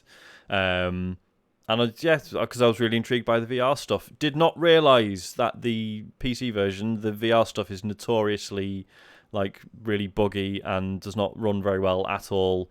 There are like forum threads going back like 3 years. Everyone just being like, "Oh my god, the performance is horrendous. How do I fix it?" And there's like loads of guides on how to sort it, but it's like, here's my very simple 38-step guide on all the things you need to do to get it running properly. So I was just like, fuck's sake. Yeah, I mean, the guide you shared earlier was absolutely ridiculous. Of like, hundreds of steps seemingly in changing all these. Yeah, and the fact that obviously the person who wrote it was like, okay, after 80 hours. This is my definitive guide that I've written. It's like, wow. Fuck, man. I mean, obviously, it won't take that long to implement all the things they figured out, but that's how long it took them to work it out in the first place. It should not be necessary. And the fact that it's been like a few years, right? It's not like, oh, sorry, we launched with VR mode. It's not working very well. And then and obviously, this is a game that has come on leaps and bounds in the time it's been out, famously. God, yeah. So it's kind of a shame that that's just one thing they haven't sorted. I wonder if it's because they've obviously maybe they focused on the Xbox and like PlayStation and versions, and then I mean, there's certainly an argument that probably not that many people are playing the PC VR version. I don't know. I just wonder whether Sony helped them at all with the PSVR2 stuff. I don't just think their relationship with Sony's very good after the launch, is it? Yeah, that's probably a thing. Sony sort of threw him under the bus, didn't they? Mm-hmm. But yeah, No Man's Sky is awesome. I want to play it again. It's and class. Apparently, I don't know how well it works, but apparently it has full crossplay. So yeah, if we do work something out multiplayer wise, that should be doable. Awesome. I'll be playing on Switch. Cool. See you then. Join you on the Switch. Just on the other PSVR 2 stuff, so I played Drums Rock. It's just a demo, and it's basically, I think you mentioned as well last week, James. It's just basically essentially Guitar Hero, or Drum Hero in VR. It was just immensely fun. It was obviously totally simple. It didn't really take advantage of any headset capabilities, really. I mean, if it did, it was really subtle, but it was just fun, and it's just a demo. I played the demo for like half an hour. Just the demo itself. I'll be up for playing more. And yes, they're covers, but hey, I didn't mind. And what you said last week about, that's actually what Guitar Hero 1 was like. It kind of made me forget that, that was what we did back in, I don't know, whatever year that was. So, no, Drums Rock, really good. I mean, the full game's only 16 quid. I should probably just buy the full game. But, I played a bit of that. And I played about 45 minutes of Horizon Call of the Mountain. Mm-hmm. It looks absolutely gorgeous. I mean, absolutely one of the best looking kind of like VR titles, undoubtedly. Really. I mean, I think obviously Half-Life Alyx looks great. There are other examples which are really good looking games, but just the detail, the stuff we're doing with lighting, it looks absolutely amazing. The game starts where you're on a boat, basically, going along a river in this kind of incredibly gorgeous jungle environment, and it kind of felt like Professor Bubbleworks at Chessington, except maybe a little bit better. It felt like a Disney ride, basically. Where you're looking through, and they've got like the huge kind of tall necks going over you. They've got like these other kind of the other machines bombing overhead, and it's trying to invoke all of those kind of things you want in like a big budget VR title. Mm-hmm. Yeah, whilst also looking amazing. I mean, at points I couldn't really believe how good it looked compared to the kind of experiences we've had in VR over the years. It looks. I mean, I guess if I had them side by side, I assume it won't compare to, Forbidden West on PS5, just like the standard flat screen like game. But it looked pretty damn amazing when I was just in VR. So, an incredible spectacle. Gameplay wise, like I said, I was only 45 minutes in. There's a lot of climbing. Apparently, the game's 70% climbing. But it didn't annoy me. I mean, it was a kind of enjoyable to traverse environments, and I got to use a bow. That was really satisfying. And I can't talk too much about the story because I didn't really play enough. But I really enjoyed what I played, and I think graphically alone it makes me want to play more. But you played a bunch more of me, James, this week. Yeah, and I mean, I could just echo what you said really, because it's. I mean, I've been enjoying the climbing. I think it's fun, to do that, especially because you can do like the whole. It's the room scale setup that you have with this, so that you Right. can keep moving around, and that's like absolutely fine. The combat is excellent. It is very good once you kind of get your head around the fact that you do need to like use like dodge buttons and things like that on the controllers, because I was knackered playing this game when I first played it, because like there's this part where you have to like take down three like machines in like one area, and I was just getting killed every single time because I was trying to duck and like avoid the thing. Chen was laughing like so much while I was doing this, because she was like watching obviously what I was Laughing while doing. being sick, probably. Yeah. But then I've just realised, oh, it's simple. I can just like tap the one of the sticks, and it all like it dodges, so you can like dodge the enemy, and it's not so difficult. But they also had this whole thing for like, I actually found this a bit annoying, and I do find it a bit annoying because there's like there's crafting in this, which it's only very very basic, but I still found it a little bit irritating. Like how with the bow, like you pick up like different equipment to like add to like to your arrows. So you've got like shock arrows and like fire arrows and stuff, but you have to like construct them every time. Like so you have not like every single arrow, but you have to like construct like a set of them. And it's just a bit like, yeah, it's cool. Yeah, I get what you're trying to do here. You're trying to show me how I'm using the controller and how I can like pick things up, and I can like add a flight to an arrow and like an arrowhead and all that. It's like, yeah, great, but I don't want to do that every single time because it gets a bit annoying, like having to do that every time. But in general, yeah, I think it is excellent. I'm looking forward to seeing where it goes next, because I mean, I don't. This is not going to be like Game of the Year material or anything like that, but it is a real like, as it intended to be, like a sort of a showcase for how good things look, and it's and also how well the controller works as well. It's it's really very impressive.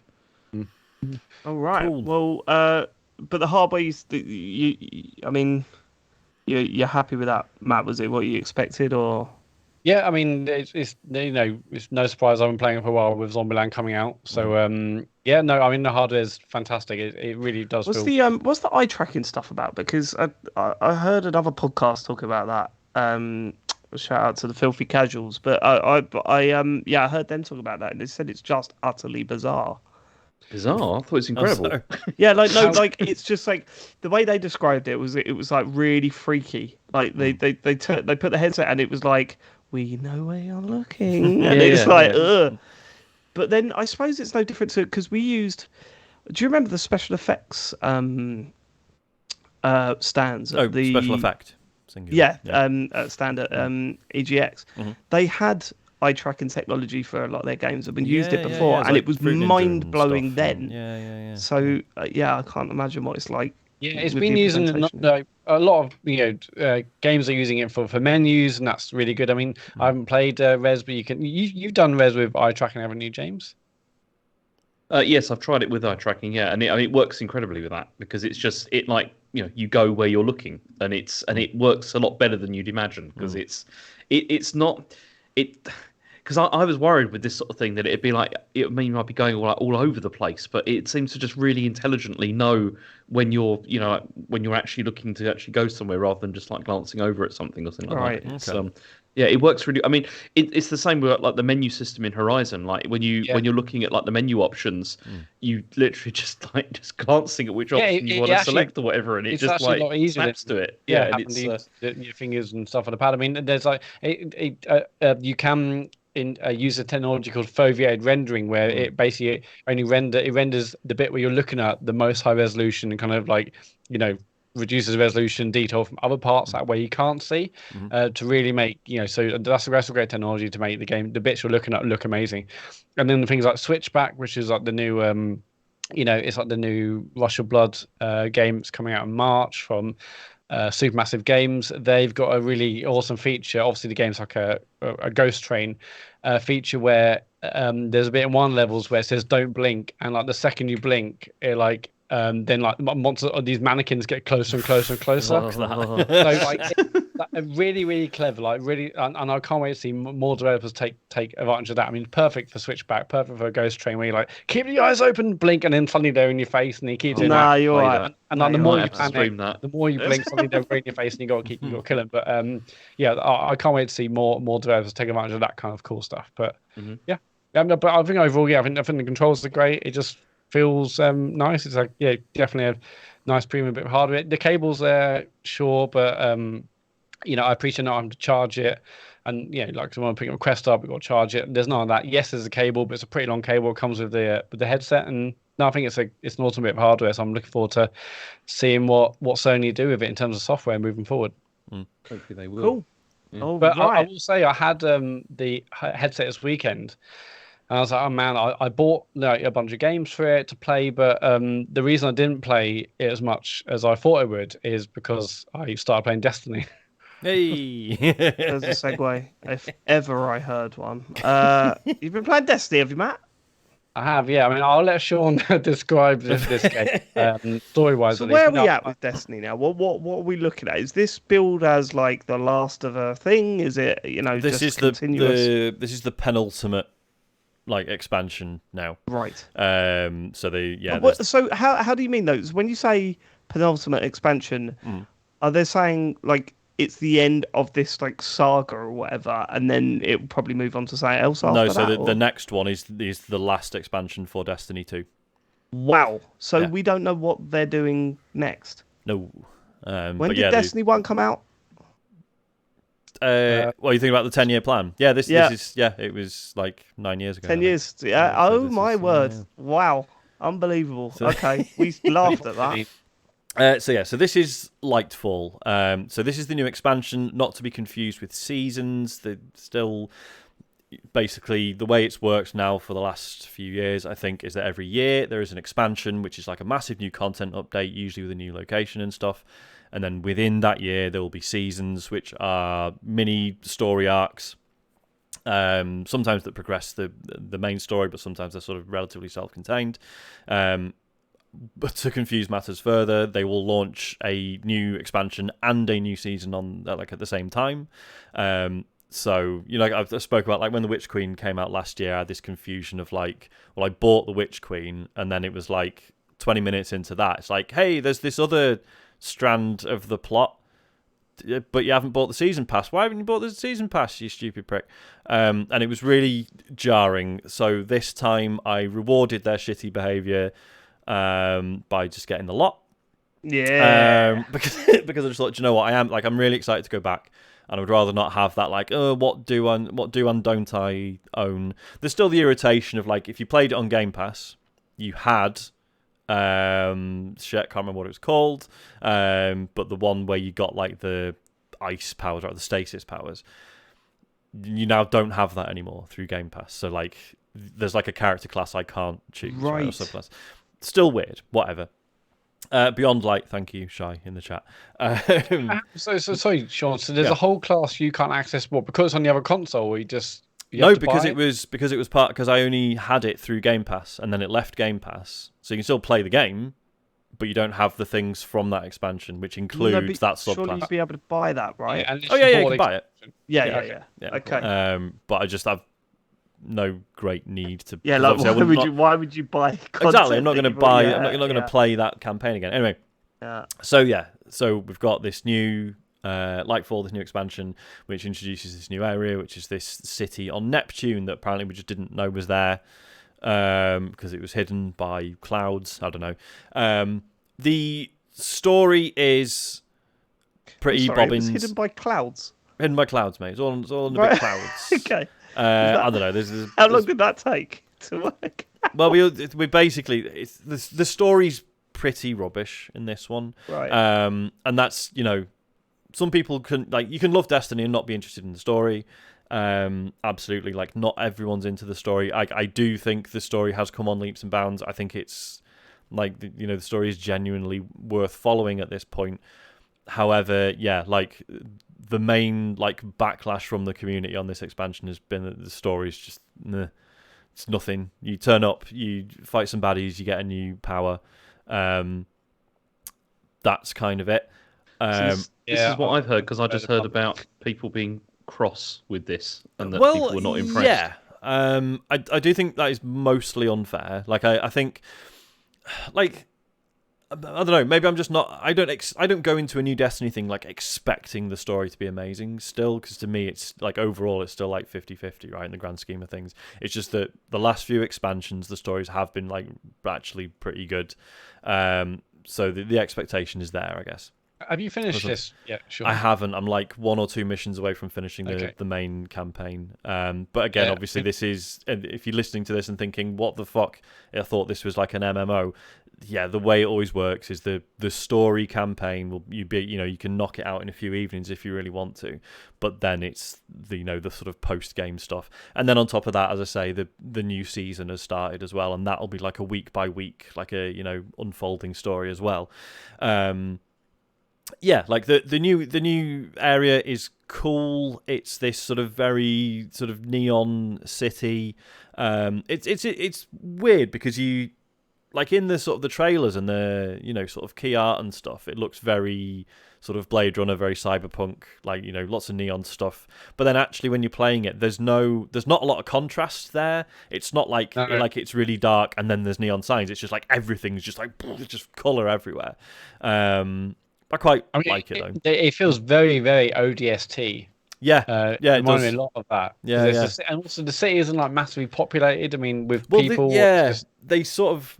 Yeah, it's a bit weird, isn't it? Because the excuse they use is that actually there's this entire city, but it's like, oh no, everyone basically lives in the Matrix here, so there's no one actually around. Do you see these kind of like gold, kind of almost like hologram ghosts things of people? I was like, well, who are they?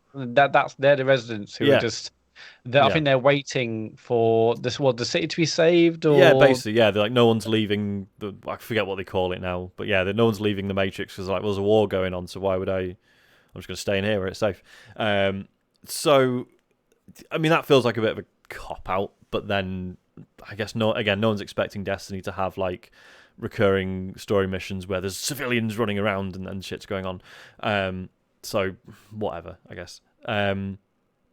But yeah, basically, I've really enjoyed going back.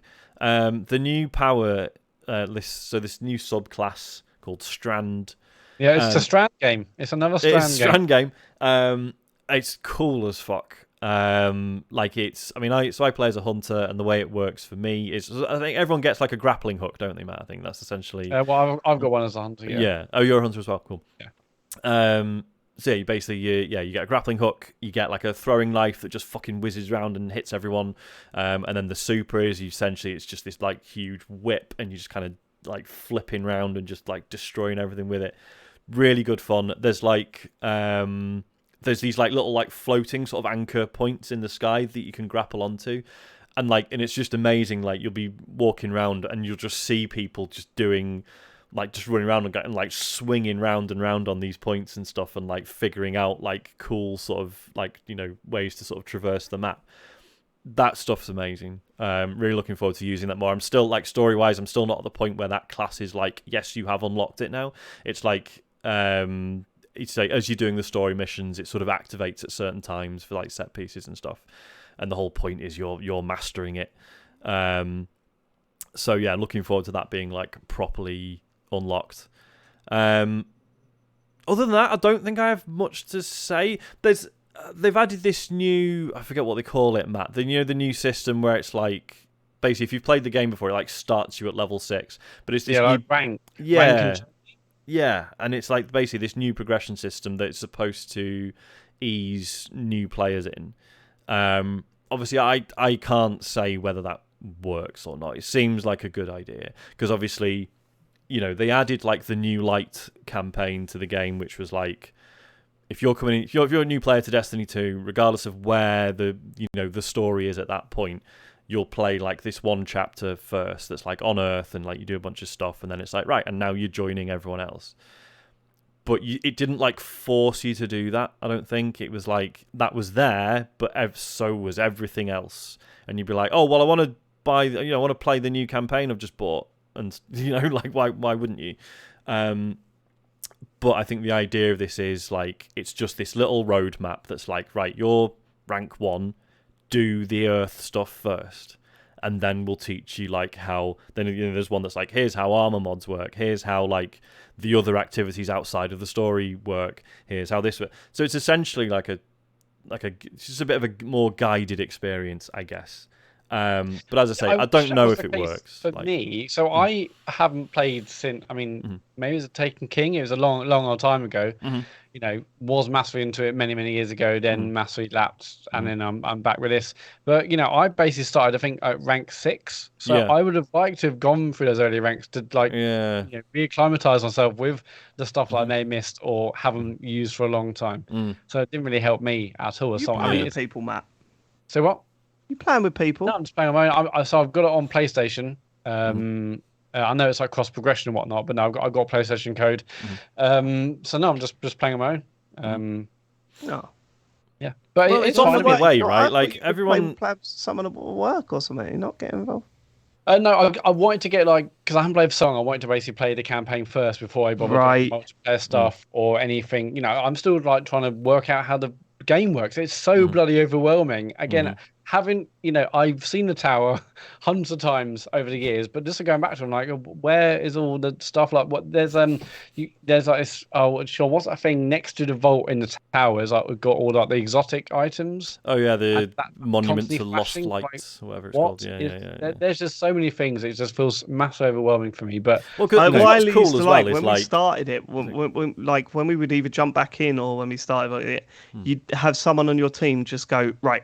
Here's the things that you need to collect now, and there's where you take them. Right? Have you traded them in? Good. That's what you do every time now for the next 2 days. Then come back to me, and I'll explain what to do after that. I was like, "Thank you, sir. Cheers. Thank you." Well, because what's interesting about the tower is that like it's so like obviously when Destiny 2 launched, it was just humans and Guardians, or Awoken, whatever, robots, but now when you go there, because stuff has happened in the story, so there are like Fallen that we've allied with, there's people from like all different races. There are what that we've done what with? Yeah, we're even friends with the Cabal now. Yeah, we're friends with the Cabal, we're friends with the Elixni. It's all good. Not in my day, mate. Not in my day. So now, like the wars of Destiny 2, haven't we? Yeah, the Cabal, kill the Cabal. So when you go to the tower, it's like, oh shit, this is now full of like all different races and stuff, and it's quite cool. Like feels like, oh yeah, there's been this like progression, because I was saying, you know, when they started bringing back some of like the earliest strikes and stuff, and it was really jarring hearing the characters talk about some of the other races like they were like fucking vermin or whatever. But at the time, you were just like, well, they're the baddie aliens, so didn't bat an eyelid at it. Whereas now, like, and that sort of shows like how much better the writing is now. That when you play some of that old stuff, it's like, oh, this is quite gross, actually. Well, the Cabal weren't nice people. Well, there's different factions, Dave. They're not all the same, actually. Oh, yeah. Okay. Some of them are our mates. Okay. So, that stuff's really cool. And, like, like I say, it's easy to be like, oh, the story's rubbish. But then also, the Traveller has left Earth, right? He's gone up into space.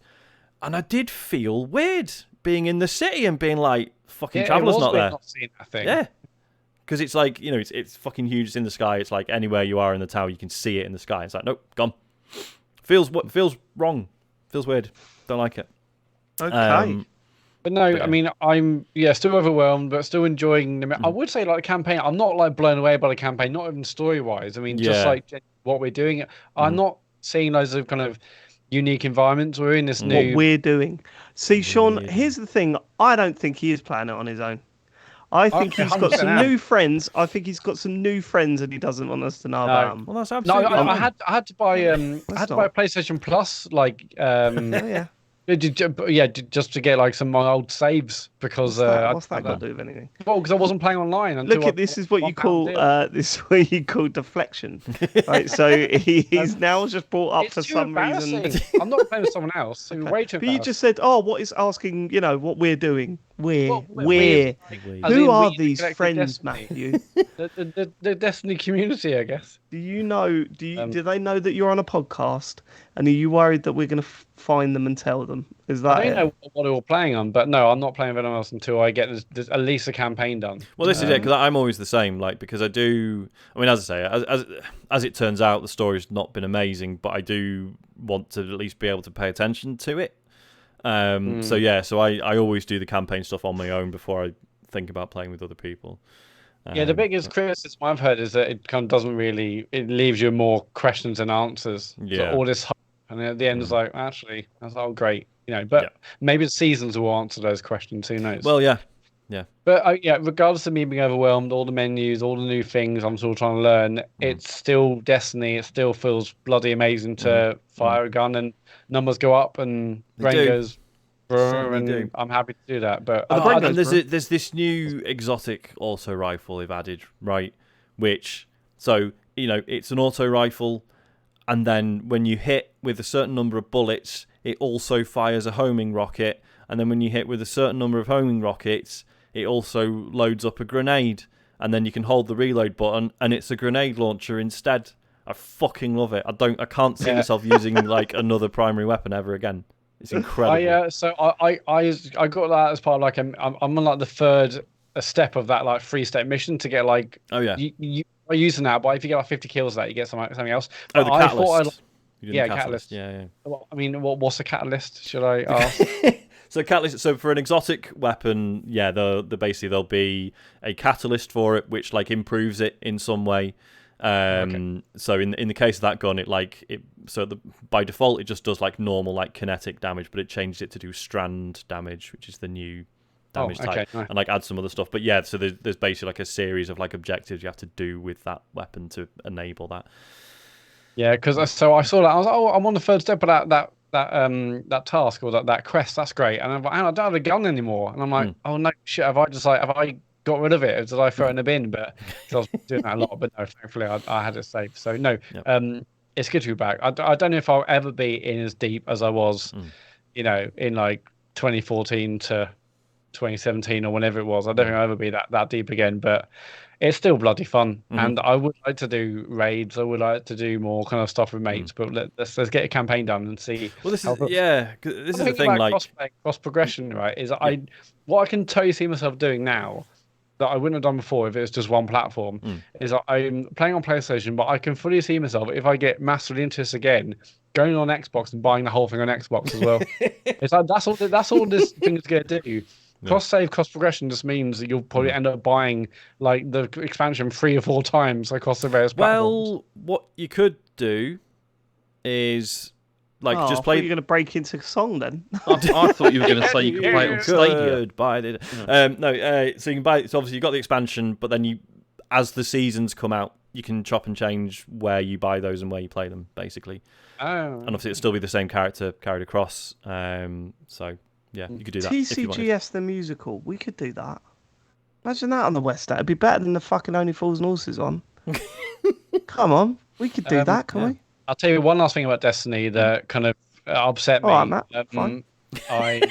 No, we'll do that, Dave. We'll plan on the bonus show. I hadn't played Destiny for, well, at least a couple of years, I guess, since cross play came into effect. And then what that meant is that you create like a Bungie name, and that worked across platforms. I log in on PlayStation, brilliant, here we go, and it said your platform name, you're under like Matt Murray before, because that's just all my gamer tags and stuff. You're now not called Matt Murray. You've been assigned a Bungie name, and you're now Guardian 4465. I'm like, no. That's not. I don't want that as a name. That's dreadful. Why would I possibly? What the fuck? Why have I been given this name? What's wrong with Matt Murray? That's bad. Anyway, I tried. Oh no, you can change it on the website of the app. Amazing, fantastic. Okay, I'll change it to Matt Murray, and it said it looked like it was saving, but you refreshed it, it wasn't saving. I was like, what the hell is wrong with this? And I was like, tried it on the app, nothing. Tried it on this, nothing. And I was like, I don't want to be Guardian 4465 or my James Farley nipped in there first and got Matt Murray in there for his Guardian. It got to a point where I was like, I'm going to have to break like the Bungie forums and write a post. And basically, it's against terms and conditions to have your name in the shit. in the Bungie name. I was No like, way. for fuck's sake, I'm like Matt Murray and everything. So now I have to think of like a No, wanky. I was going to say, you've actually got to come up with an alias. Go on. What Hang was on, that's you got any weird because ideas? mine is the same one I use for stuff, and I Yeah, didn't have but a you problem with remember you haven't used it for a while. That's true. There we go. Yeah. That was the whole point. No, wasn't it? hang on, no, I have because I logged in with this recently. Like not with Yeah, Lightfall, but then I logged into Destiny 2 and it Presumably didn't have a you're problem with it. JCA Farley, Yeah. which is not the same as Matt Murray, which is literal actually name. first name, Yeah. surname.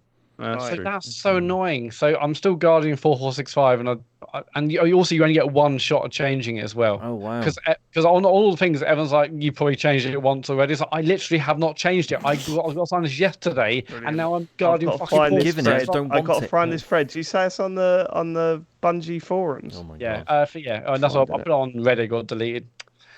So you got What? deleted for Reddit. I hate Reddit. No, because I'm sure they've probably got a billion Oh, people I saying, see, right. can't change my name. And they're like, you changed it before, you idiot. I was like, I haven't. Anyway, I need to change it. Reddit. I hate that when you go and try and like join a community or post out on Reddit. The fucking rules. They're like, don't talk about yourself. It's like, oh, shut It needs up. the correct flair. Yeah, oh, just shut up. Let me post what I want. It's Reddit. You're not. It's not like some posh I'm glad restaurant. I've worked out why there was a problem because I was like, it was just killing me, you know. So I want to save it anyway. No, Destiny's good. That's all I can have to say about it. All right, that's enough Destiny, isn't it? Is that a thing? We've covered everything we want to talk about this week. Everything, isn't it?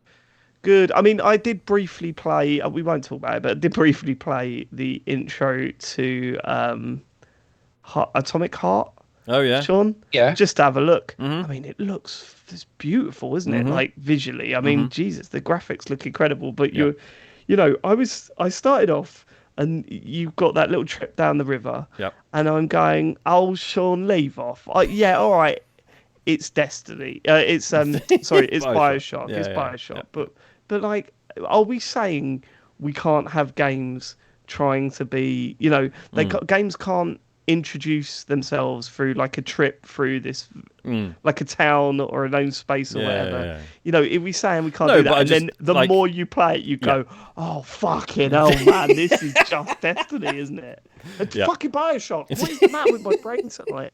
It is just Bioshock, isn't it? It's Bioshock, and you look at it just going, oh no, this is try hard. Like you there are times where you go, oh no, this is totally this is like a homage or it's inspired by. But I look at this and go, fuck me. It's when you're like, oh, this city's flying as well. Yeah, That's the... and also the people singing in the street, which is like nowhere near as good as the moment in Bioshock Infinite. Yeah. Where what is it? It's that barbershop. The barbershop. Yeah, what are they singing? Without you. What was that fucking song? How do I not remember the lyrics?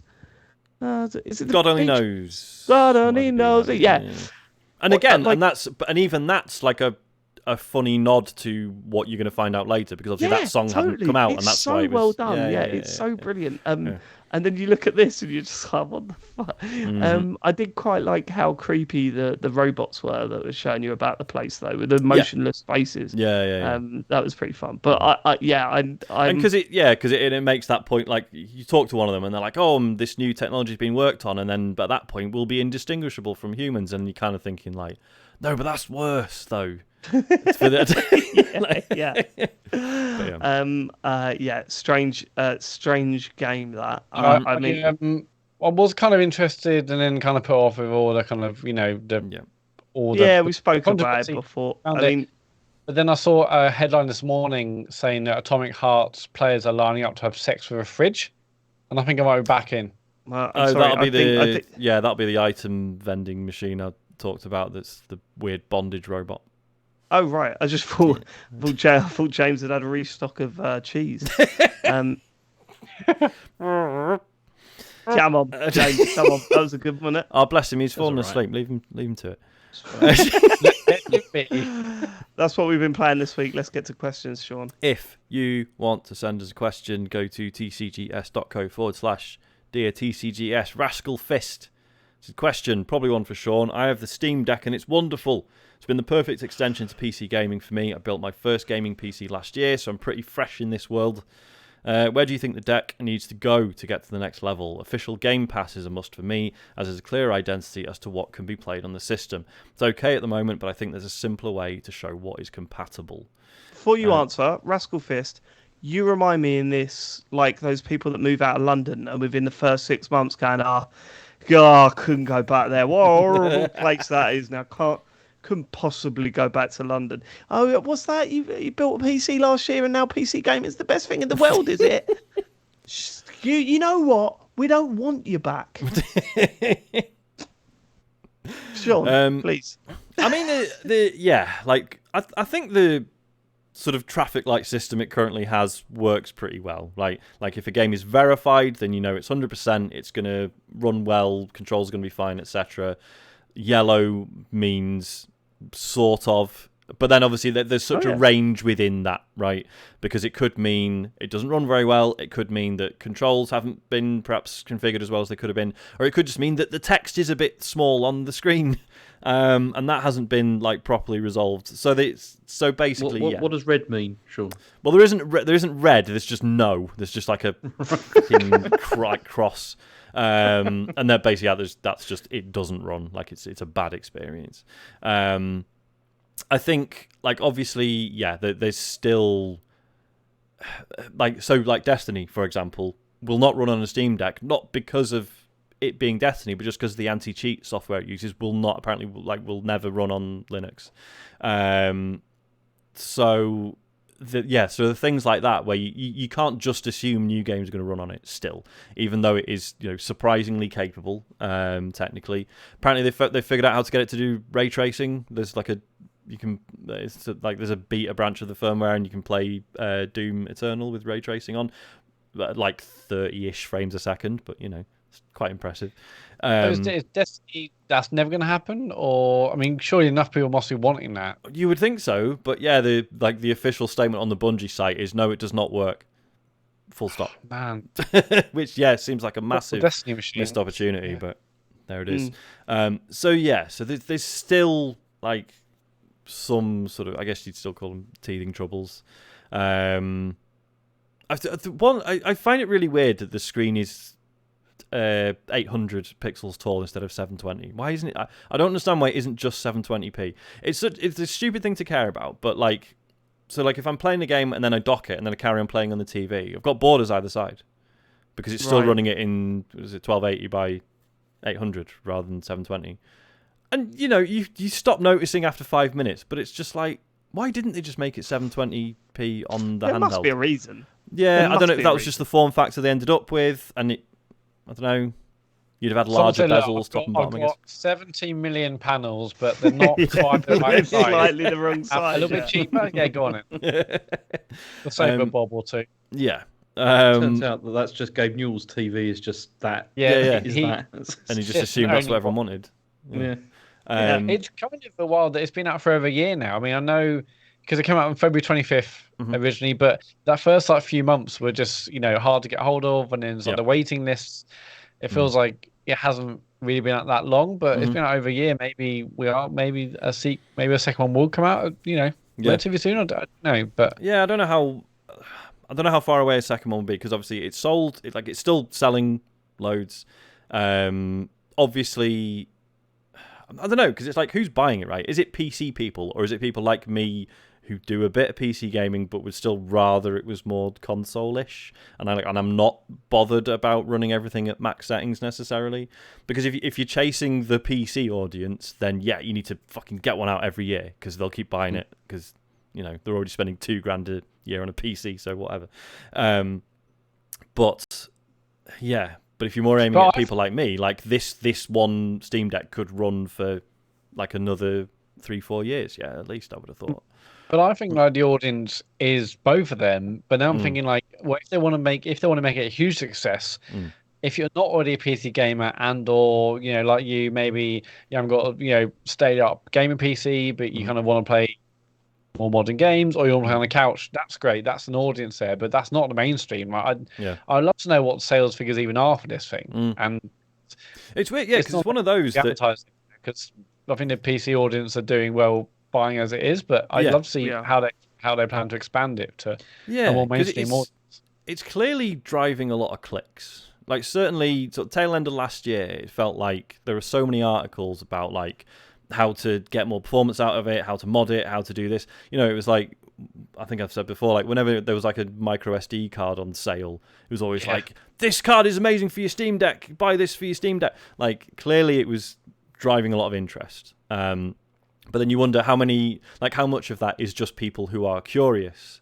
and still haven't taken the plunge, and they're just like, I think I want one, but I'm not sure, and they're just kind of researching it. I don't know. It's a really strange place that device is still in, but clearly a success, right? Most certainly the most successful thing they brought out, like hardware they brought out, right? Jesus, yeah. So, I mean, if they can refine it and, you know, I think maybe, it would be interesting to see how they try and improve it. So when they bring out the next one, are they going to focus on refining the thing down a little bit so it's a little bit more portable, B, a little bit more usable in terms of, you know, battery life and things like that? But what changes are they going to make, or are they going to go, no, it's the same but it's more powerful? You know, I honestly wonder if it'd be that. Yeah, I think that, because ultimately no one's really said it's too fucking big or it's too heavy. Like, everyone said, like, yeah, it's kind of big, obviously you're not putting it in your pocket, but then that's already out the window anyway, right? The Switch doesn't fit in your pocket either. But yeah, no one said, like, this is impractically large or heavy. As far as I know that we're you going know to what, get Sean, so I'm many hoping they do. pictures tweeted to us with a Switch in their pocket. You know we're going to get that all week now, Sean. Do you know what I'm hoping? Done. I'm hoping it's going to be like the Lynx, where the only innovation is that you press a button and you can turn it upside down for left-handed, like play. Why do you hope that? Why do you hope these things? He loves awkward shit like that. I mean, I should say, obviously, from an accessibility point of view, it's probably not great that it's as big and heavy as it is. Probably is an issue for some people, but I was just thinking maybe one of the reasons why you don't hear, like, people constantly going on about it, like, so much now at the moment, is, if you think about it, like with the Switch, one of the reasons that people went on about that for such a long time is that you get, like, a constant kind of, like, feed of games that were coming out after it came out, right? Yep. But the thing with the Steam Deck is it's like, it's getting all those games that are coming out on Steam, which people are already playing on PC, if you see what I mean. So it's like, you can play it on Steam Deck or you can play it on PC. That's brilliant. It's less of a focused release. But there's less, isn't it? exactly, it's like less of a focus, as in, like, this is on this device. You know, you can play it only on this device. Yeah. Whereas on Switch, it's like there's more of a, like, you can only play it on this. So Well, no, I don't think necessarily it's. I mean, it's a platform problem, isn't it, for PC? And it's not a problem at all, really. But, you know, no, it's not a if problem. we're talking about Steam specifically, it's when you talk about Steam as a platform, it's so varied what you're playing it on. So to try and nail it down and say, oh no, this is great on Steam Deck, that's fine. But then you're not talking about the majority of the audience that are going to be playing that game. So it's it's a strange one, isn't it? But like, you say, successful as it is, you can't really have too much to complain about, can you? Yeah, like, it's interesting. Like, could the Steam Deck ever have the identity of, like, a first-party console? Do you know what I mean? No. Yeah, and I don't think it can, because ultimately, I still because it's using Steam. If I go on the store on it, there's fucking sex games everywhere, because they're always in the Steam charts. The same on the Switch, isn't it? On the eShop. Well, yeah, to be fair, Switch is no better these days. They want the store, but why are they also in your librry? Yeah. The algorithm's got me. You know. Humble bundles. I can't believe it's happened again. Too many of those humble bundles. So yeah, like that. Like, you know, if it did become more mass market, like, Steam would actually finally have to fucking address that shit, because it is ridiculous. But who knows? Well, Nintendo aren't addressing it, so no, why true. would Steam? Yeah. But then at least on the Switch, like, that stuff shows up in, like, new releases, but it's not in the charts, right? Whereas Steam is like, here's all the current games that all the cool kids are playing, and it's shagging. Sex games. Are you shagging sex games? Are you using it to stream your Xbox much? Well, I don't stream the Xbox, but I've streamed, like, cloud stuff to it. Yeah. Right. Yeah. But you've not tried the direct stream stuff? I haven't. Can you do that? I'm not sure you can. If you can get the Xbox app on there, then you can. Well, you can't. That's what I'm saying. It's a Linux device. No need to call me that. Next. It's a Linux device, so it doesn't run. So it's not running like Android apps or anything. Let's go. Maria Mendieta says, "Dear TCGS Cocorico villagers, weak point indicators may be a hot topic with gamers, but my attention has been on the development of gaming crowds. Assassin's Creed Unity was the first time the details displayed by the animated sea of people on the streets impressed me. However, what will it take?" Whoa! You didn't play State of Emergency? Come on, that was when crowds took off. Thank you very much. What will it take for crowd technology to impress you as games move forward?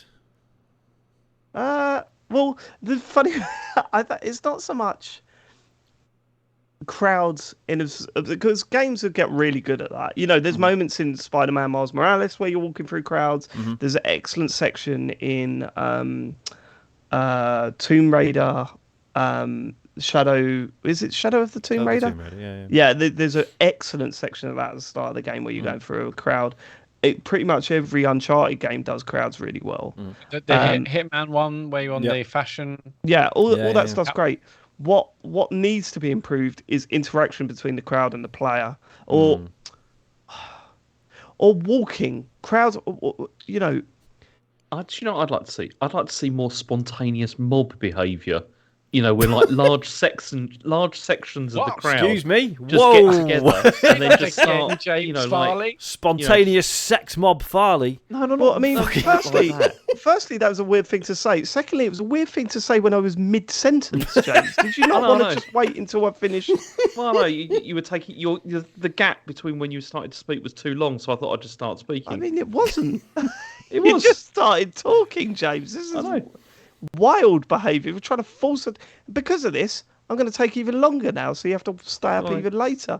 I'd like to... Right, there's two things. The first being how people in crowds walk in video games, because it's really rigid, isn't it? Yeah. They're told to walk from point A to point B, and that's not how it works. When you're walking through a crowd, you are constantly zigzagging or walking around groups or whatever, right? They don't get that right. And the other thing they don't get right is the interaction between people, like NPCs and player control characters, like walking towards each other. There's no anticipation there. Yeah. You know, and they tried to do that with that weird touching in the Assassin's Creed game. It's just horrible. Whereas in real life, if you're walking towards someone, you're already trying to read exactly or roughly where they're heading, and you kind of which is hard to do as a player control character. But it can't. There must be a way of doing it for NPCs, because the moment they nail that, the movement of crowds will look so much more realistic. Like even if you're walking towards a crowd, like having one person just like glance over at you as if to like go, why is it walking directly? Like, you know, there's a lot of like human awareness within crowds that I don't think the game's currently take on board. They will do though. This is all stuff that people are working on to make that shit look even better. Is this is walking through a crowd in a video game ever gonna not be annoying? Even if it's done well, they're not going to focus the budget on that. Yeah. Like that's too expensive in a game to like be doing. You know, I don't know. There's been some amazing moments where you're doing that. It was brilliant in Shadow of the Tomb Raider. It's brilliant every time they do it in Uncharted. You know, there was that infamous scene in There was that really good scene in Uncharted 2 where you're walking through the village for the first time and everything's going off on one. Less of a crowd and more of a, you know, just an active village or whatever. It's all part of it. You know, it's all part of it, and creating that immersion and that feeling of that's the impressive stuff, right? If you're you could say, you know, that's budget, and you know, is it really worth it because it is usually an annoying part of the game? Well, actually, because when you look at what sold Watch Dogs, right? You look at what sold that game. It was him just walking along the street and seeing how realistic everything looked. Yeah, and it turned out to be bollocks. But if you nail that in a game, I think that's a huge step forward, and it raises people's excitement. Yeah, you know, people get excited for that shit. Or so you could have a game where if it's something open world, and there are crowds in certain places, and like you can move through them, but you are making the choice to do that, or maybe you can choose to avoid them, but then there's some other cost to avoiding them. Do you know what I mean? Like you, there's a sort you of lose your tactical save, or... and then you got to go back to saving. Risk reward. Yeah. Sean. Yes, good stuff. If you want a funny answer, farting. People react to farting and that. Yep. Move away and they go. Ooh. When I think of crowds, I just think of of the FIFA games, and when we're gonna get to a point where the crowd will look even remotely realistic to like an actual football ground. They're getting better. But it's never going to be worth the system resource budget, is it? Yeah, it'd be too they've done quite a lot actually, short. Like in recent years, they've had like fans rushing to the front when you score, which looks incredible when it happens like in game. I am waiting for the first pitch invasion in a video game though. That is gonna happen at some point. That'd be great, wouldn't it? But they're not going to do it. Just because it's against against all rules. They're not. It's against whose rules? FIFA's rules. They ain't part of it no more. True. Let's Yeah, move on. It's just like we can't have like lenient refs in these games anymore, and we're putting on get VAR and all sorts because it just goes against stuff, doesn't it? Annoyingly. Do you reckon we're gonna get VAR in esports football, whatever it's going to be called? I hope They'll do it. They'll do it in single player only. They'll do it in single player only. It won't be in multiplayer. It causes too much rows. Like, imagine that sitting pro clubs and watching. To go wrong. I want VAR, but I want it to get it wrong like it does every bloody weekend. But no, I mean, crowds in FIFA look like better. Yes, but I just realised that I don't think in my lifetime it will ever look as realistic. I've promised to do a compilation of children in the crowds in FIFA at the moment because. Sean, the children in the crowds in FIFA are the weirdest fucking thing you will ever see in your life. Have you seen eFootball? Have you seen those crowds? No, I've not seen those crowds. It's incredible. Seriously. But honestly, Sean, I will send you some photos of kids in crowds in FIFA, and it's quite unbelievable what they look like. It's so weird. Yeah. Next, Phil King says, lads, finally got around to completing Last of Us 2 and it is a masterpiece. Loved your spoiler cast as well, please do more. One question, while the game was brilliant, the violence at the end between the two main characters almost made me turn the game off. Have you ever played any games that you just couldn't finish for similar reasons? Good question. It is a good question. I think that was needed. I think that was needed in that game, 100%. Yeah. I'm saying, I'm not even really sure what you're talking about because I haven't played it. But... No, I know. Obviously, there was all the discussions about the violence in that game, and it's like, but it is making a point. You're not supposed to think it's cool, like it's Yeah, violence in video games has never turned me off from playing it. I mean, when it comes to The Last of Us, I thought about the death scenes in The Last of Us, like the first ones, especially, was horrific. Like they referenced it. They referenced one of the. I think I can talk about this in a scene in the Last of Us TV show. There's a scene where one of the big bad guys, zombie things, clickers, just like plunges its fingers into a skull and just tears it open. And I was like, oh, that's from the game. And Joe was like, what? I was like, yeah, if you fuck up in the game, sometimes that happens to you. And it's like, oh yeah, I remember that being a big thing when the first Last of Us come out. We were like, ugh, this is horrible. Yeah. Yeah. I'm talking about that is literally my answer. Because I did that bit in the game. I was like, I can't. Really? Yep. Threw me off. Yeah. A lot of people said that about, what was it? Dead Space for the injection in the eye was the other one that people said they made them go. Yeah. And that's a bit when it goes well or when it goes wrong? I mean, when it goes wrong, it's even worse, obviously. Well, because that's just a normal cutscene that's like happens, isn't it? Yeah, but that's wrong. You can fuck it up, right? Yeah. And it gets worse. Yeah, I think it's when it goes wrong. Yeah. I remember everyone being quite horrified with the first Tomb Raider reboot, with Lara falling into spikes and all sorts, and they were getting like progressively worse. I mean, there's like a section on Conan where it was, that's right. Yeah, in Tomb Raider, where he kept screwing it up over and over. I was like, oh god, the animation, everything looks so good. It's like, how many more death scenes have you programmed into this bloody game to see it? It basically put me off playing it at all. But so I remember like when Dead Space was coming out, and I remember looking at it and thinking like, this looks like Resident Evil 4. I could handle that.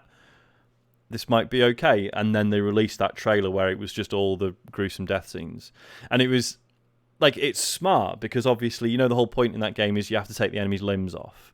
Right. And obviously, and then the thing is, a lot of the enemies do that to you as well because they think that's how you kill things.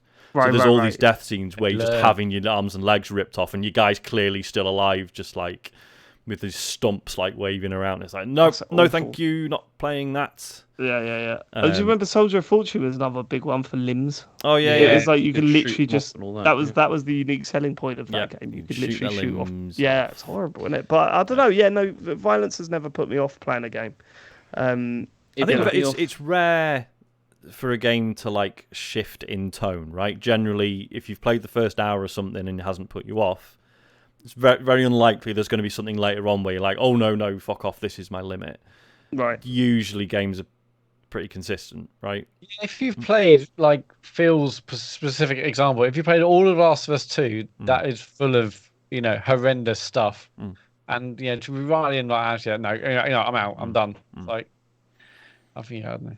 Yeah. Personally, not for me, but, I think that work now is really for the game. All right. Banter Claus says, hi, team. Simple question. If PSVR2 doesn't take off, will this be Sony's last roll of the VR dice? Nah. No. I think? Nah. No, they want to be in the VR thing. They want to be in that space. I guarantee there'll probably be a long gap between the next PSVR thing. But if this doesn't take off, they'll stop bringing out games for it. They'll use third-party games to support it for a little while, like, gently. And then we'll still see some more VR stuff from PlayStation, I think. When has this launched? Like, because it feels to me like this has been launched a lot earlier in the console's lifespan than the PSVR was. I do wonder whether this was supposed to come out this early in the PS5's lifespan. I don't know why. Something just tells me. I cannot believe they've not made their own social space for PSVR. We were joking about them bringing home back, but that just seems like something that they would absolutely want to do. Why though? What's the point? Why? Because again, the vision of future for VR and this sort of technology is that shared social space. Yeah, but that's Meta's. That's Meta. That's what we were saying earlier. Is that a lot of people really like that Sony's not doing that. But they're going. But they're not doing that shit. But they'll still want to be in that space, right? They'll still want to, if it does take off in the future, they'll still want to experience and have a foundation for a social space to compete with Meta. Why right? though? I don't know. You can just do that in each game. Like, why do you need? But no one likes that about Meta. Layer. So I don't see why Sony would need to compete with it. I think maybe as it is at the moment, no one likes it. But there is a reason why Meta are piling so much money into this. I don't think there is, David.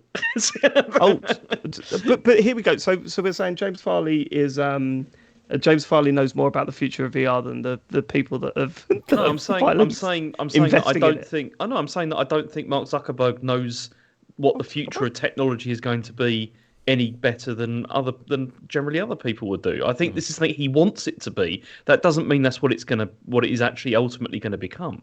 I think that maybe keeping why are Sony in this space at all then? To make money, and that's right. From and do selling you think games. They're going to be making money out of PSVR 2? Well, yeah, from selling games. That's the whole. The reason they put this out is to sell games. It's not. Right. That's the whole purpose of this is to sell games. Plus, to make money. I mean, who does Sony see as their rival, right? Is PSVR 2 there to kill Meta, or is it to kill Microsoft and Nintendo? Because they're never going to do VR stuff. I think it's to stay I think it's just to stay in that space and have the experience and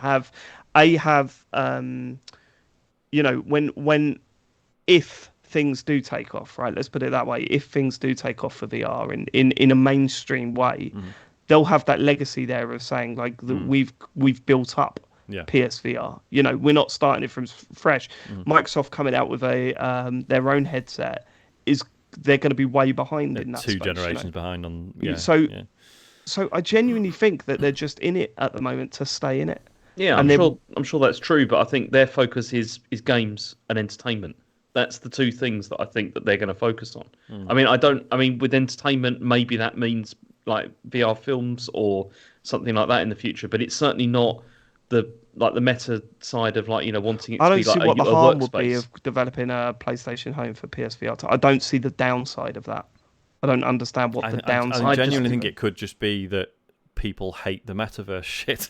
Yes. Like, yeah, at the moment it's safer to not be in it, I think. But I think if they did Home and say, hey, it's a shared social space, don't mention the M word. I think that's very different from Meta being like metaverse. I mean, I would like to see it. Whereas you don't really not really into the stuff on Quest, but something's a little bit different. But I also think it's safer for them not just focus on the games, great hardware, great games, and then they might have something cooking in the background, and then when maybe user sentiment changes or there is like a real desire from the audience, maybe they'll do surveys and everyone wants to share social space, and like bang, here's PlayStation Home, it's back on PSVR. And to the be last clear, thing I think people want to hear is like, we partner with these brands and you can shop in this place. But I don't think it needs to be Home, like that. I think as a free app to sort of experiment with that shit, I don't think it's a bad idea. I don't think anyone's going to go, oh, I'm not getting PSVR 2 now because they've got this free home. Why put the resources into it? Yeah. Well, again, to build a foundation for, as you say, like as Matt says, like working on it in the background is one thing, but that's not really going to do much if you're not getting any community feedback from it, is it? I mean, I do think... I'm just surprised. I do think they could do a much better job of that sort of thing. Like, as weird and quite bad as PlayStation Home was, yeah. Like, I mean, Meta Horizons it just looks bad. But then maybe it's hamstrung by the being on the Quest, I suppose. I'd be keen to see like what something like that running on a PS5 might look like. I think I could do it. And in my mind, I'm thinking kind of a cross stream what we saw PlayStation Home and an Astrobot. Totally. All that totally. in VR. More Even VR, playful. like just Astrobot, like looking at Astrobot, you're there in like VR and you're seeing like, you're there like kind of ground level of like a massive Vita or PS2 or memory card, and they can do that stuff as well as, Surely, you can play pool together, arcade games together. Just something like Rec Room though, surely. Isn't that what people want, like for a social space? You just go in there, chuck stuff around or whatever and have a chat or whatever. Yeah, it's what they want currently. I think that's not necessarily going to be what they want forever. I think all I'm saying is that for me, PSVR at the moment seems to be an experimental service that they're not betting on, but they're hoping becomes the foundation for something bigger in the future. I think saying, oh, why would they do a social space thing? I just kind of think, well, yeah, no, if they thought it was going to damage the PSVR brand, I could see why they wouldn't. But I don't think it would, and I don't think they believe it would. The other thing is I think at the moment there wouldn't be the user base anyway to support something like that, because one of the big problems that I think maybe even Horizons World has had is the fact that there's not been the buy-in, has there, from people getting into it and actually using it. There's people in there. Whenever you go on, there's people around. But it's just I don't know interacting with brands. Yeah, I just don't know how much fun any of them are having.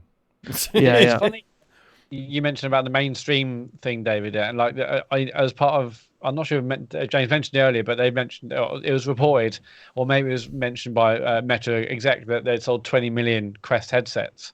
And I'm like, man, that is a lot. And like that, and people are like, why isn't it mainstream? Why isn't VR mainstream? Like that's the same amount, or maybe slightly more actually than Series consoles are sold on Xbox. I think they sold like 90 million Series S and X combined. So it's kind of mad if you think about it. Like, hey, why isn't it mainstream? It's sold more than the Xbox platform on current gen. But I guess unlike that, it might be a case of you bought it, you used it at Christmas, you use this, and you're not as regular as you would be for Xbox. But because like years ago, Mark Zuckerberg said, when we get 10 million headsets, we'll be, that's like a huge milestone, and that might be the start of it being mainstream. And they sold 20 million headsets, and it still feels like it's not mainstream. Yeah, and I think you have also got to think about how many of those headsets are people that bought the one and then bought the two. Whereas like you're looking across two generations there. But then you also with the Series stuff, there's people with two in their house. It's with an X and an S. So all the reported numbers seem to suggest it's 5 million Quest 1s and 15 Quest 2s that have been sold. Wow. That's probably all the developers that Meta's bought, though, isn't it? And to buy their own Quest. Yeah. Okay, that's enough. Last one. Yes. From Keith Monaghan. It says, I work at a sixth form / vocational college, and I've noticed that they're introducing a BTEC esports qualification next year. For the non-extended version of the course, it has 4 mandatory units called Introduction to Esports, Esports Skills, Strategies and Analysis, Enterprise and Entrepreneurship in the esports industry, Health, Wellbeing and Fitness for esports players. The course is clearly designed not just for people that want to play esports, but also those that want work in the industry with areas focused on creative media, business/marketing and coaching. I know this isn't quite your main interest or expertise, but I'd like to know your opinions on its creation.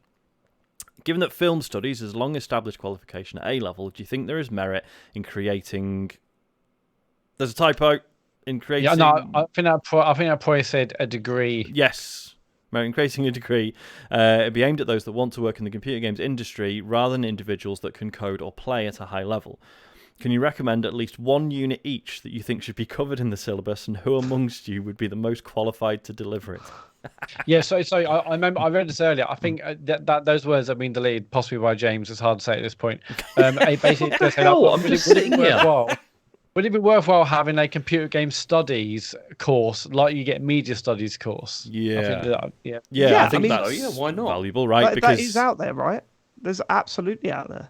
Well, is it? Because there's game design courses, and then there's marketing, there's business studies. I don't know if there's a broad game. Computer You game might be study. right. I just remember this one professor that kept getting in touch with Joypod that was teaching one of the universities. But there's a story there. What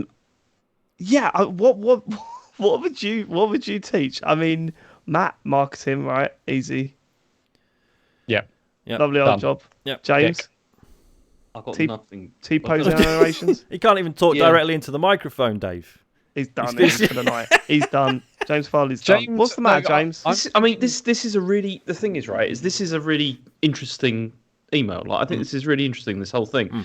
It's just that it's 12:30, and it's just... It's 11. like coming up with a course syllabus at 12:30 at night is a bit 11. difficult. Just do one. Just do one bit of the syllabus. One module. I mean, I would like to see something that would be on the history of the games industry. I think that Fucking that should boring. be. I'm skipping that one.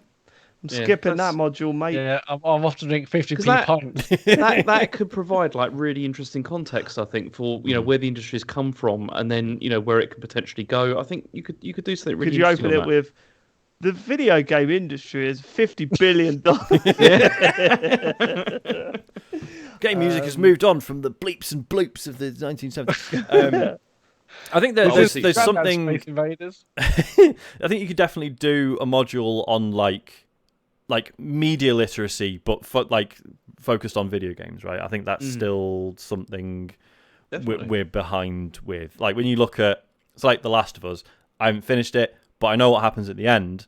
And the fact that it seemed to take several years before people on Twitter started going like, do you know what? I'm not sure if his actions were correct at the end. Yes. Yeah. Well done. And you see that a lot, like people engaging with things on just such a surface level. And yeah, I don't know. I don't think that's as much of a problem with literature or films or whatever. I think people are more comfortable with that stuff. So yeah, that'd be good because there are absolutely loads of games that are worth that study and that analysis. 100%. My lesson will be, that game you like, it's shit, and here's why. And it would be once a week I would go through games that people say are brilliant when they're not really that brilliant, and I'd explain why they're wrong. And then by the end of it, Metroid Prime was never good, and then it's actually You should save rooms suck. You should do that as a YouTube channel, Dave. I think It is. Yeah, I'd fit right in, wouldn't I? You could do that and be really angry about it when you're talking about it as well, because people love that. What I will say is that you asked our opinion about this esports BTEC qualification. I read that. What was the guy's name? Oh, my memory is so bad. But we got sent some books, didn't we, written by someone in esports? Paul Challoner. That's it. Red What's Eye his name? Challoner. Red Eye. Yeah. Red Eye, right? yeah, we read his book. I read his book, and I mean, absolutely, there should be this. You know, having a look at the business. It's like, how do I put it? Like, how do I say this without sounding like a total prick? So Harry obviously says to me, and I've never said this to him, but Harry, and I won't. Harry always says to me, "I want to be a footballer when I grow up," and you know, I'm pretty sure now he's not going to be a footballer when he grows up, right? But I keep saying to him, "You've got such a love and passion for the game, like at such a young age. There's so many jobs in and around. This is what I loved with what he did at the weekend. You know, he was, you know." He did a junior course. It wasn't even a course really. It was like a day being a groundsman at the den, right? And what I'm trying to explain to him is that no, like really look into like really get into science and maths and stuff like that, because that all actually ties into a job within the football world. And if your passion is football and what goes on, there are so many jobs horrendously underpaid, but there are so many jobs within that industry that you can look at. And I imagine it's exactly the same with esports, because when you are setting up an esports, like if you're setting up a big esports production, you're going to want people that specialize in setting up esports productions.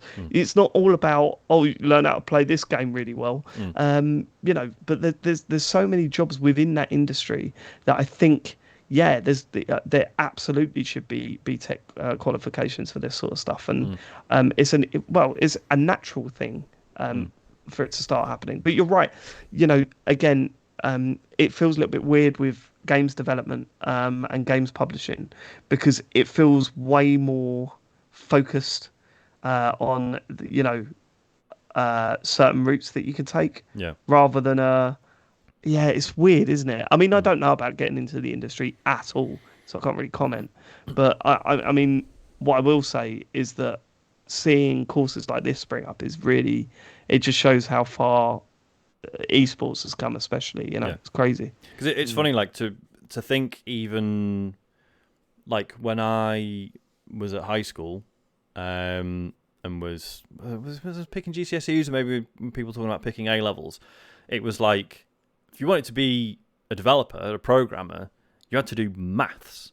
You couldn't do programming, right? That still wasn't on the table. You could do computing, but that was how to fix computers, how to, you know what I mean? That was the use of computers. It wasn't developing stuff for them. So we've already come on from like, yes, and obviously now you can study programming. Obviously, like, you can study game design.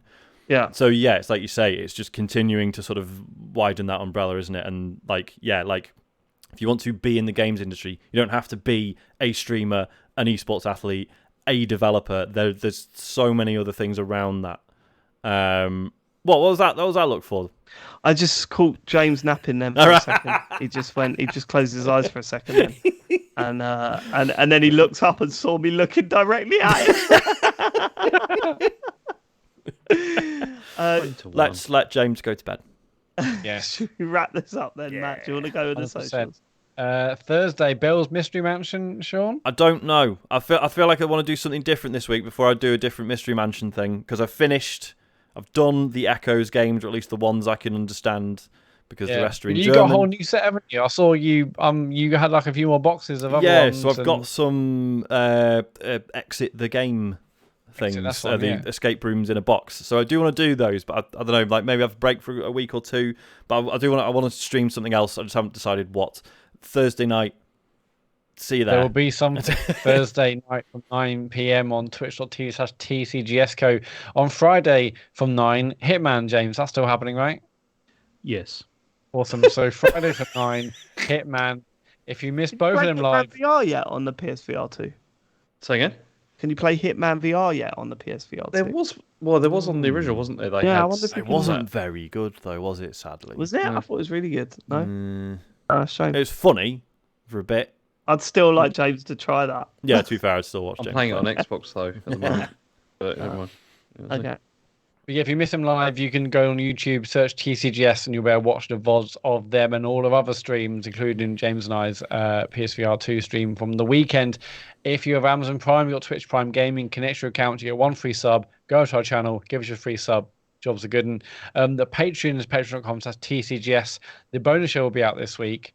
All things being well, you can go there. You can support what we do over here with various tiers, full nails, video stuff, the bonus exclusive podcast every month as well. And the website's tcgs.co. Links to our amazing Discord community, which is growing every day. If you haven't already, go over to our website, and there's a link to Discord over there. Also, our store, merch, podcast, socials, the lot. Thank you so much for living it. We will catch you next week for some more gaming chat. Take it easy out there. We love you all. Goodbye. Bye. Bye.